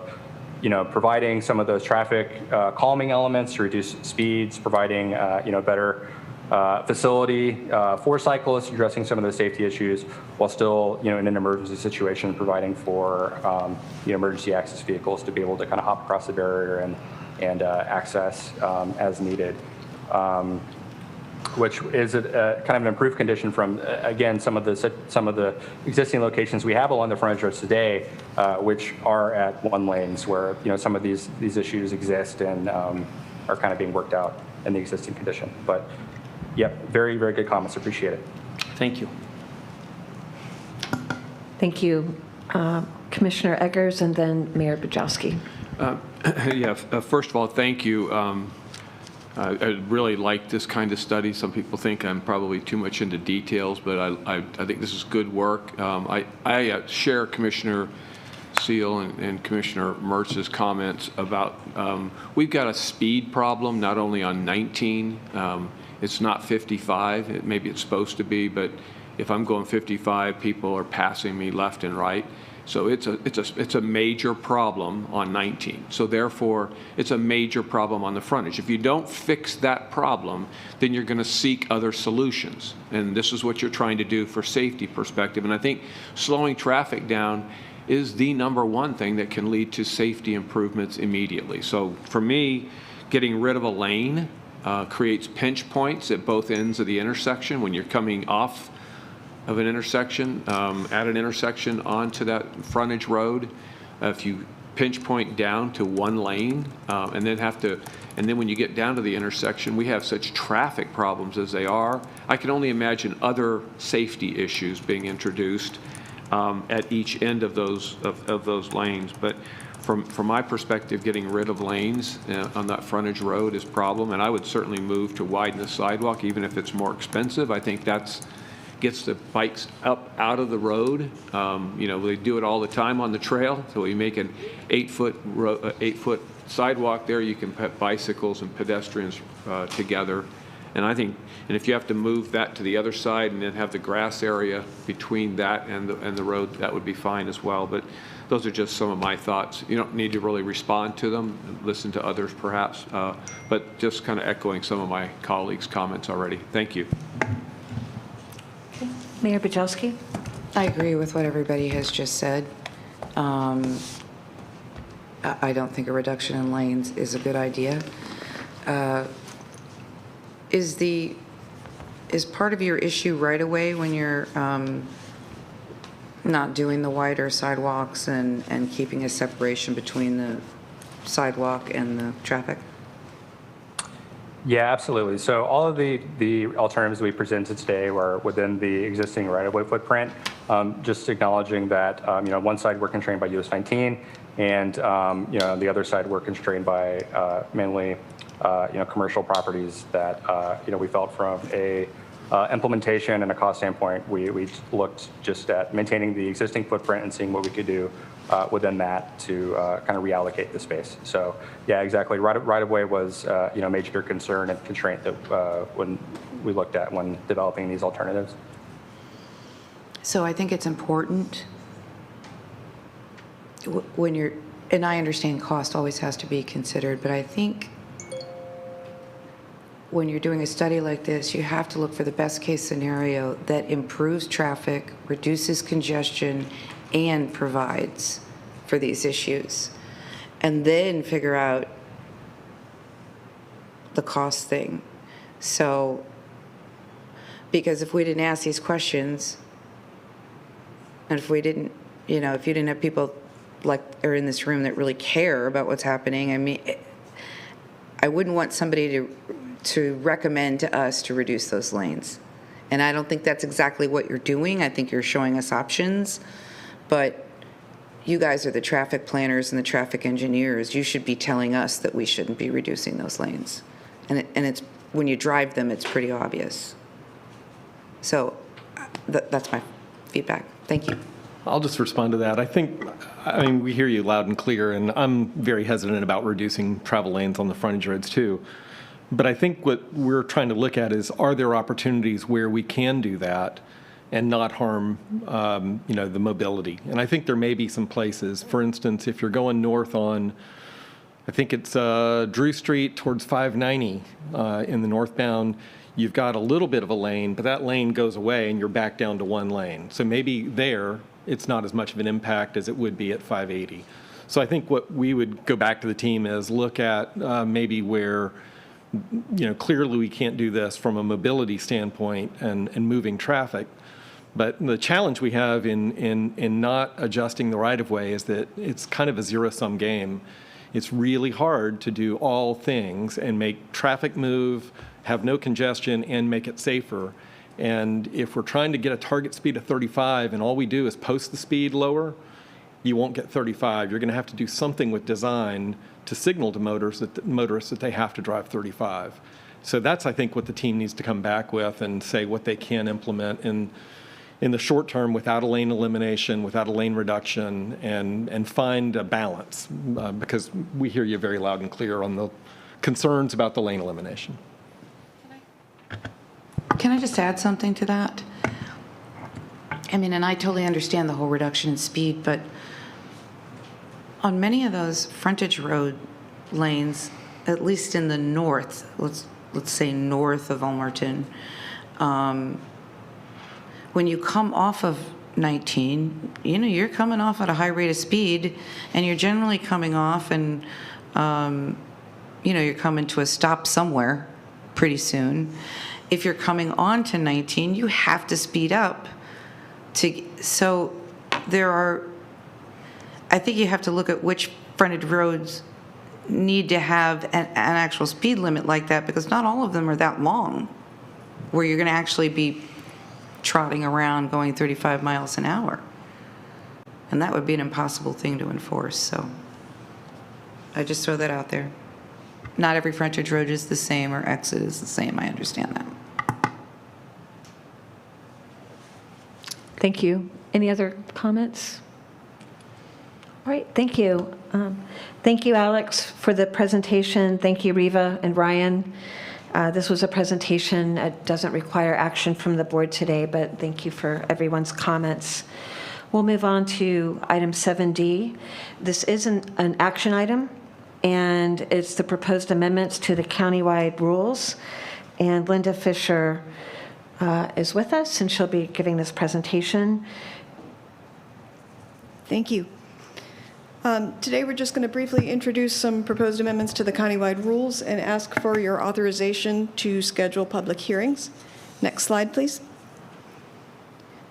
The two major topics of the amendments are creation of a senior housing bonus and revising the provisions for MAP adjustments. We're also proposing just a couple of minor housekeeping amendments, and I'll talk just briefly about each of these items. Next slide, please. Starting with senior housing bonus. Next slide, please. The proposed amendment is in response to a request by a citizen who spoke in front of the board a few months ago. He asked that we explore the density standard for assisted living facilities, or ALFs. ALFs, nursing homes, group homes, and other communal living arrangements are governed by the residential equivalent standard, which is expressed in beds per acre. Now, in Pinellas County, these uses are allowed in every countywide plan map category where residential is allowed. And for every permitted residential unit per acre, we allow 3 residential equivalent beds per acre. Now, there are some other counties in Florida who use a higher multiplier, so we were asked to take a look at potentially increasing ours. Next slide, please. We originally explored the idea of just raising the multiplier as requested. We had discussions with our Planners Advisory Committee. We took a survey to get their thoughts. But there wasn't a lot of interest or perceived need for increasing the standard. And in fact, there was concern that doing so could have unintended consequences. For example, group homes or boarding homes also fall under this standard. And many of the uses are found within single-family neighborhoods where their densification might not be optimal. Next slide, please. So based on that feedback, what we're proposing instead is a senior housing bonus. This would be similar to existing bonuses for affordable housing and missing middle housing. It would allow an option for local governments to adopt higher density or intensity standards. And that would meet the needs for ALFs or other types of senior housing in individual communities. And it allows for the fact that senior housing is evolving, and some of it looks very different from what we're used to. Structuring it as a bonus also enables us to prohibit its use in the coastal high hazard area. So that is our first proposed amendment. Next slide, please. The second proposed amendment is for the MAP adjustment process. Next slide, please. This isn't a process that we use very often, typically just a handful of times each year. It so happens that you did have one on the agenda this month, which you accepted as part of your consent agenda. MAP adjustments govern changes to the preservation or recreation open space categories or submerged lands that fall outside the normal approval process of the board and countywide planning authority. These are changes that are governed by the Southwest Florida Water Management District, or SWIFMUD, and they generally reflect either natural changes over time or alterations that fall within SWIFMUD rules. Because the state agency has authority over these changes, we adjust the countywide plan map to reflect their decision. It's a ministerial action rather than the normal amendment process, which requires public hearings. Next slide, please. Map adjustments have been in the countywide rules since 1992. In the old Pinellas Planning Council days, it was considered more of an administrative action that was performed by staff. We would finalize them as staff and then bring them to the council twice a year for official acceptance. But in recent years, we've started bringing them to the board on a month-to-month basis, and unfortunately that's created some confusion for applicants because the process now follows the same course as a normal amendment, takes the same amount of time, and there's still a vote. Beyond that, the wording of the process and the submittal criteria are just not as clear as they could be, so we get a lot of requests for clarification and interpretation. Next slide, please. So we're proposing amendments to clarify that the map adjustments are limited to ministerial changes. They don't require discretion on behalf of the board or the CPA. For example, it doesn't cover future wetland mitigation changes, only existing changes, existing conditions. And that's really not stated clearly enough in the rules today. Next slide, please. So in return for bringing greater clarity and certainty to the process, We're proposing to the board that we return to an administrative model where staff can finalize the adjustments and then report them to the board and CPA at their next meeting, similar to what we do with Tier 1 map amendments. So that's our second proposed amendment. Next slide, please. The last group of amendments are just some very small housekeeping items. Next slide, please. As we were going through the map adjustment section, we noticed there were a number of scattered and overlapping standards for submerged lands. So we'd just like to clean those up and consolidate them. Next slide, please. Our legal counsel flagged just a couple of minor procedural issues with how we describe continuances and withdrawals. The rules currently require continuances to be to a date certain, but in practice, we don't always require that. So we'd just like to bring that language up to date with what we already do. And then we also just need to correct an inconsistency with the number of days required between public hearings for text amendments to the countywide plan, like this proposed set. Next slide, please. And then lastly, we had a request from a couple of local governments to allow animal shelters and veterinary clinics in more countywide plan map categories. Currently, those are part of the definition for agricultural uses, and heavy agriculture is only allowed in a handful of categories. So we'd like to also add these uses to the definition of agricultural light, which would permit them in most land use categories, subject to local zoning restrictions. We agree that this should really be a local zoning issue, not a countywide plan issue. And those are the proposed housekeeping amendments. Next slide, please. In terms of next steps, again, today's presentation is to request the board's authorization to advertise public hearings so we can bring these amendments back for your formal consideration next month if that's your desire to proceed.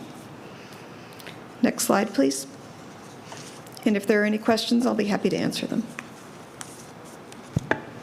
Okay, thank you very much. Any comments or questions? Linda, I actually have one about the definition of submerged land. I always thought that was pretty much a state issue. Our definition, it provides an exemption for the calculation of density and intensity. It's not the definition of submerged lands per se, but it specifies that if you have a parcel of land and you're developing it and you carve out some of that for a drainage detention area to serve that development, you can still have that density. Say you carve out 1/10 of an acre on a 1 acre parcel, you can still use that area in your density calculation. And we say that about 3 or 4 times throughout the rules, so we just want to consolidate that and clean it up. Okay, got it. Thank you. Let's see here. Anyone else? Well, we don't have to do a roll call vote. Let's see. Sarah is not here right now, but Angela has taken over. So seeing that there's no more comments from the board, Angela, are there any people that would like to speak to this item, either in the room or in Zoom? Thank you, Chair. Anyone wishing to address the board in Zoom should raise their hand by pressing the raise hand button or *9 on the phone. Chair, there's no one in the room and no one in Zoom that has a comment or question. Okay, thank you. Do I hear a motion to approve? That was Councilmember Gabbard, seconded by Commissioner Jarrett. If we could just clarify, the motion is to authorize advertisement of public hearings for beginning next month. Thank you. Thank you. Are we also voting to set the date as May 12th and June 9th, or we're just as well, or just we're authorizing the advertising? The advertisement. The motion is just to authorize. Those are the dates that we would default to unless there's a desire to use different dates. Okay, got it. Thank you. Sure. A question. Did we reach out to the gentleman about that brought up the senior housing and talk to him about this? Yes, we've been in contact. In fact, I owe him an email today to let him know the results of this meeting. Great. Thank you. Okay, all in favor, say aye. Aye. Aye. Any opposed? Okay, great. That passes unanimously. And now we move on to the director's report. All right. I've got a really long presentation for you, but I'll keep it brief. In the interest of time, I'm just going to cover a few things. I wanted to let you know that we are working with the department on a plan to have a workshop later this year in September, probably maybe October, on the US 19 North Innovative Intersections. And kind of like you heard with the frontage roads, there's a lot of information, and we want to set aside time at a workshop away from a regular board meeting to really get into that. We are also doing some outreach with the public, not showing them any alternatives yet, but just kind of getting a sense of values, what's important to them, what concerns they might have about US 19 and their businesses and their neighborhoods. And then we will take that feedback and bring it to you at the workshop. And then once we have the workshop and present you all with some of the concepts and ideas, we will be seeking direction from you to go back out to the public and have some more focused discussions. So it's kind of a multi-step process. I just wanted to remind you about that. We have had a little deeper dive into the Waterborne Transit Committee and operations, and I've talked to some of you that we are going to need to request some type of local match to get the Clearwater Ferry back under regular operations pre-pandemic, 4 days a week, hourly service between the existing cities of Dunedin, Clearwater, and certainly out to Clearwater Beach.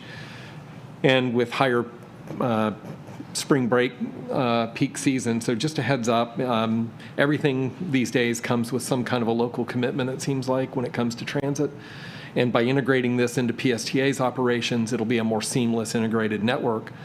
This will be a topic of the next Waterborne Committee. So I don't want to get ahead of that, but just a heads up that I have started to plant the seed with the county and the two cities that currently are served by the water ferry, that a local commitment will be needed at some point.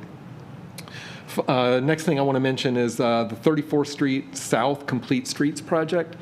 Really happy that the Department of Transportation has been working with us and is committed to having a consistent speed limit on 34th Street of 40 miles an hour. It varies from 45 to 50. And, they even have said once the resurfacing project is finished, they would come back and look at the feasibility of lowering it even further to 35 miles an hour, which is real helpful. You're right adjacent to I-275. That's not like US 19 on the north, where you need a high-speed corridor. And then finally, we are working through the budgeting process, but we are looking forward to advancing our first investment corridor planning strategy to look at redevelopment and regulatory reform in one of the 3 or 4 priority investment corridors that we identified. We're looking at about a $600,000 budget commitment for that. You'll see that in your next budget discussion, which we'll bring to you in June for approval of the budget. But just a heads up about that. And if you have any questions about that, we haven't picked the corridor, we haven't picked a consultant, we haven't written a scope, but we'll be working on those steps next. And I think we need to get started on that since it was the cornerstone of our long-range plan. Madam Chair, I'd like to move on to the Legislative Committee update. The committee met earlier today to talk about sort of a debrief of the bills that passed or failed during the session. And we need the board's guidance and direction to authorize us to hold a workshop, a focused workshop with the government affairs staff around the county, chambers of commerce, and the legislative delegation to be proactive on the 3 or 4 priority issues in Pinellas County and how we want to work with the legislative delegation next year on that. And we know some of these bad bills that didn't pass are coming back, and we want to find a way to message those better from Pinellas County from a unified standpoint. And so we just are seeking authorization. I think, it can be a vote or it can just be consensus from this group to have that workshop, but we wanted to bring it back to this group. I agree. Am I seeing general support for that? Yes. And we would look to do that in August or maybe early September timeframe, ahead of or timed with the first week of committee weeks. Sounds good. Yep. Okay. All right. Thank you for that. Again, I'm trying to keep us out of here quickly. The next item is a mouthful, but we are seeking the board's authorization to sign on to an advocacy plea to do a more substantive rewrite on the manual on uniform traffic control devices. There has been a notice of proposed amendments, The MUTCD is the engineer's Bible for signing pavement markings, traffic signalization, and the National Association of City Transportation Officials has issued a call for a more substantive reform of that document to move it away from a very suburban, auto-centric model for how we deal with our roadways. And you just heard a lot of that discussion here with the frontage roads, to where we can maybe build in more multimodal and safer street concepts. And if you click on that second link in your agenda packet, you'll see some images that I think are pretty well done of some very unsafe, hostile conditions that are easy to do, that are consistent with the MUTCD, and some innovative, very progressive safety measures that we see in certain isolated cases, like painted intersections in St. Pete, that are non-compliant with the MUTCD. And those things should be easier to do, not harder to do. So that's all we're asking, is to the ability to sign on, but I didn't feel comfortable doing that without an okay by the board. And it doesn't commit us to anything other than just throwing our name behind that effort, and we'll see where it goes. That's probably one I would like a motion on. So moved. And do we hear a second? From Councilmember Gabbard. All in favor? Aye. Aye. Aye. Any opposed? Nope. You have your unanimous direction from the board. All right, thank you. And finally, Commissioner Smith and I attended the Metropolitan Planning Organization Advisory Council update or meeting on April 29th. I hope you enjoyed that. It was a lot of deep dive into transportation process and everything. We did hear a lot about the pending funding for stimulus funds, different programs, and we actually found a possible funding source for waterborne transportation that I didn't know about as a result of that. Yeah, so there is some flexibility that's being created in the Coronavirus Relief Act that was passed in February that could be used for waterborne transportation. Commissioner Smith, is there anything you want to say about that meeting or add? Just it was very informative and just the highlight that I thought was interesting, that and the transportation revenue study was really interesting, that they were looking at the different impacts electrical vehicles and stuff have had on our gas tax and stuff like that, and looking at other states and how they're trying to adapt for it. So that was really informative.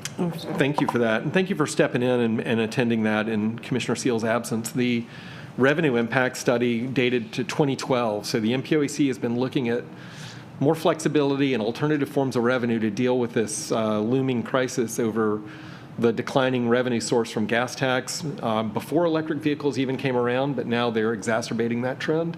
And, pipeline shutdowns don't help, and hoarding doesn't help.